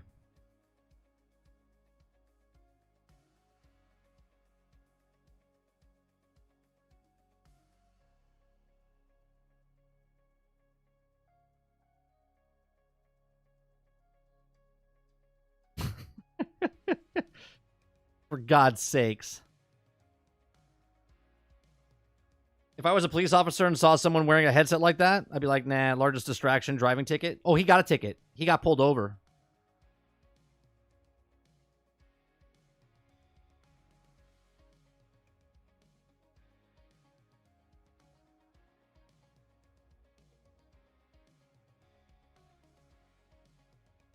So anyways, Batman should have died by his explosive foam.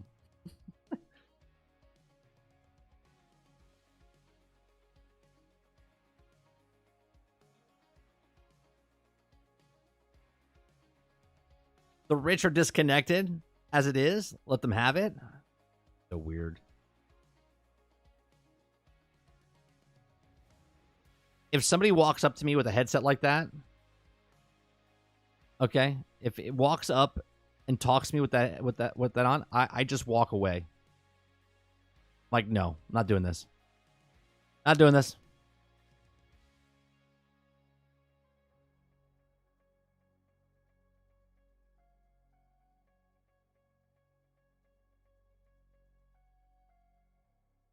People are people are upset because the $3,500 Apple headset doesn't support existing VR porn. So people are losing their minds.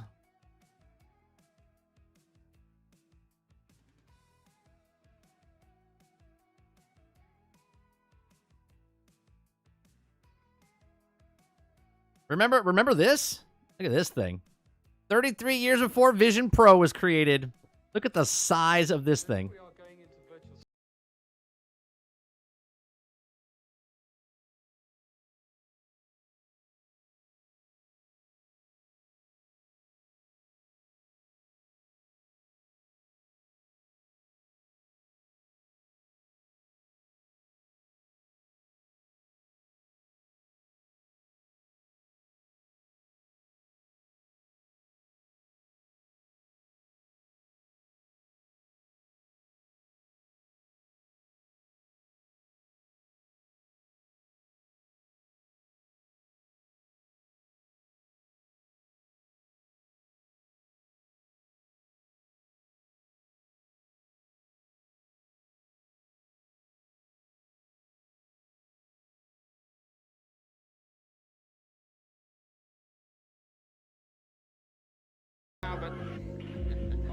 So here we are. It's come a long way, man. In 30 years, it's come a long way. Come a really long way.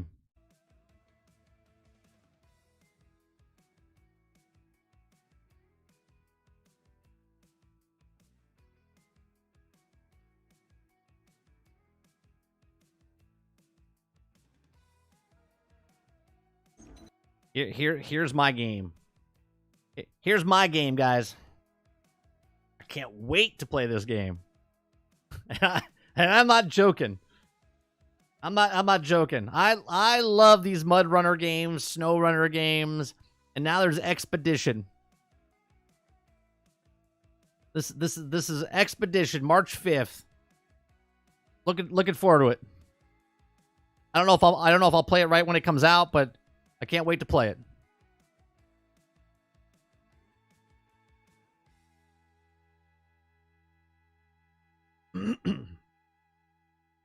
Love that series.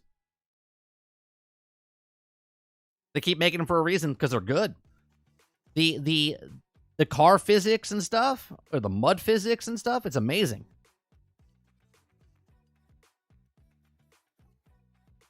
Dustin, so I can get stuck? I don't get stuck. If you were here that one stream, I went up a 90-degree angle. It took me 20 minutes. I could have went around the mountain. It probably would have taken like 15 minutes. But I took 20 minutes going up that thing with the winch, and we got unstuck. I don't get stuck.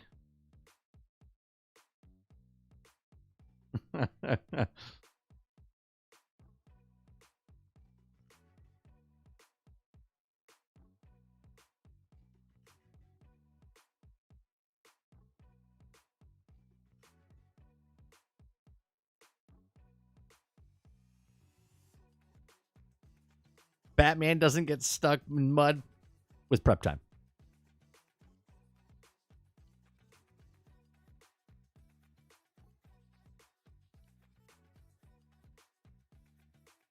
Oh, Sarge gets so frustrated. So me, Sarge, and my son he's like, does Uncle want to play? And I said, yeah, let's see if he wants to play. And he played with us. And it was, my son leads the pack, I'm behind him, and then anytime my son gets stuck, I have to help him out. And then Sarge is playing as well, and he's like, this is bullshit. He gets so angry. He gets so angry. I can't do this. I can't do it.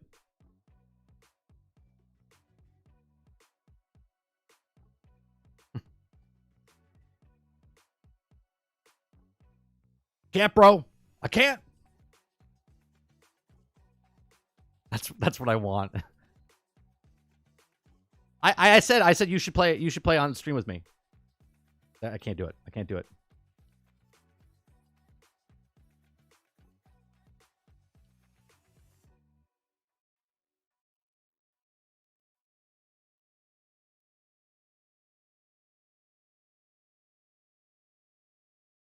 I'm looking up anything else on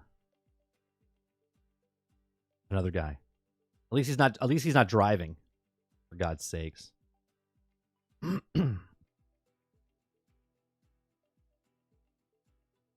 I did that. I put my MetaQuest 2 on while my wife was driving while we were going down south, tested out and stuff. That's fine. But driving the goddamn car? No, sir.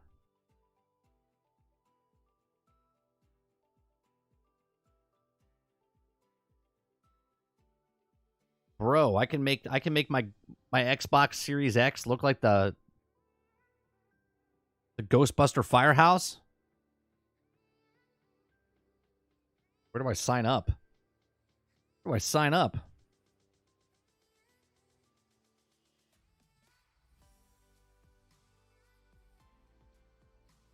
Aren't those covers like $50 or something like that?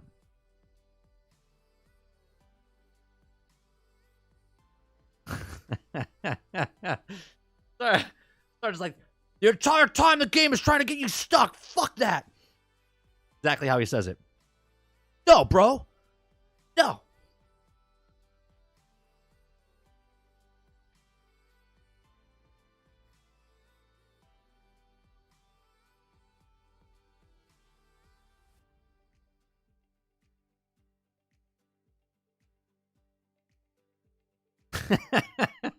That's great, Z.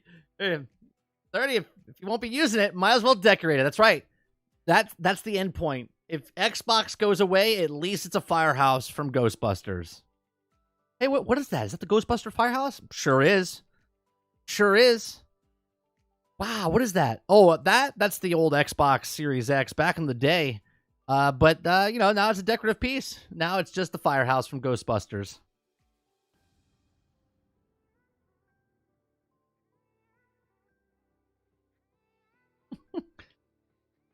I'm a very easygoing guy, right? Like I don't get mad. Like to fathom that I bought this console 2-3 years ago and I've played all the games that I have on it up to this point, why would I be mad if it doesn't work like on the next generation? You know what I mean? Like I got my money's worth. I got my money's worth. Have you seen the stupid Wonka skin? No, I haven't. Is there a Wonka skin?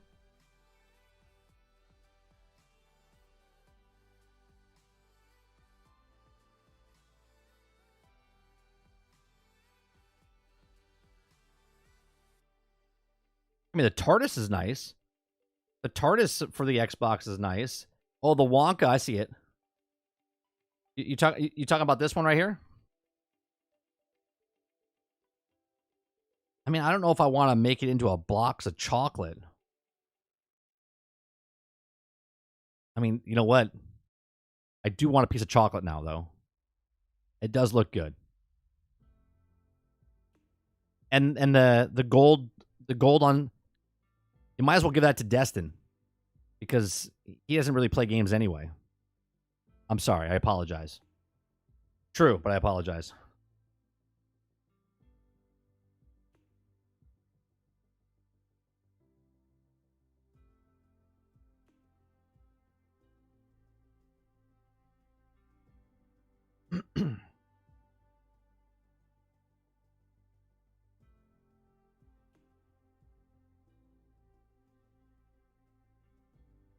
Let's see what else. I think that's it.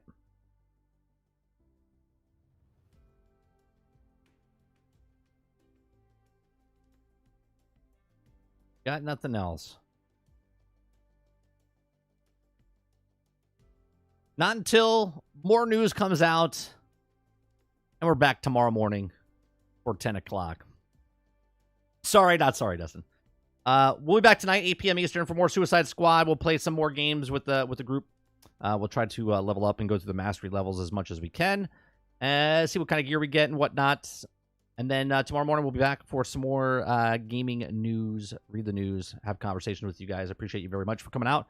Hit that like button. Hit the subscribe button. If you'd like to go above and beyond that, become a member as little as $5. Don't forget, we do a podcast on Thursday nights called Generation X Gaming, a weekly podcast that goes over a few of the top stories in the past week, and we rant along the way. That's Thursday nights, 8 p.m. Eastern. Come on out for that. Again, I'll see you guys either tonight or tomorrow. Peace.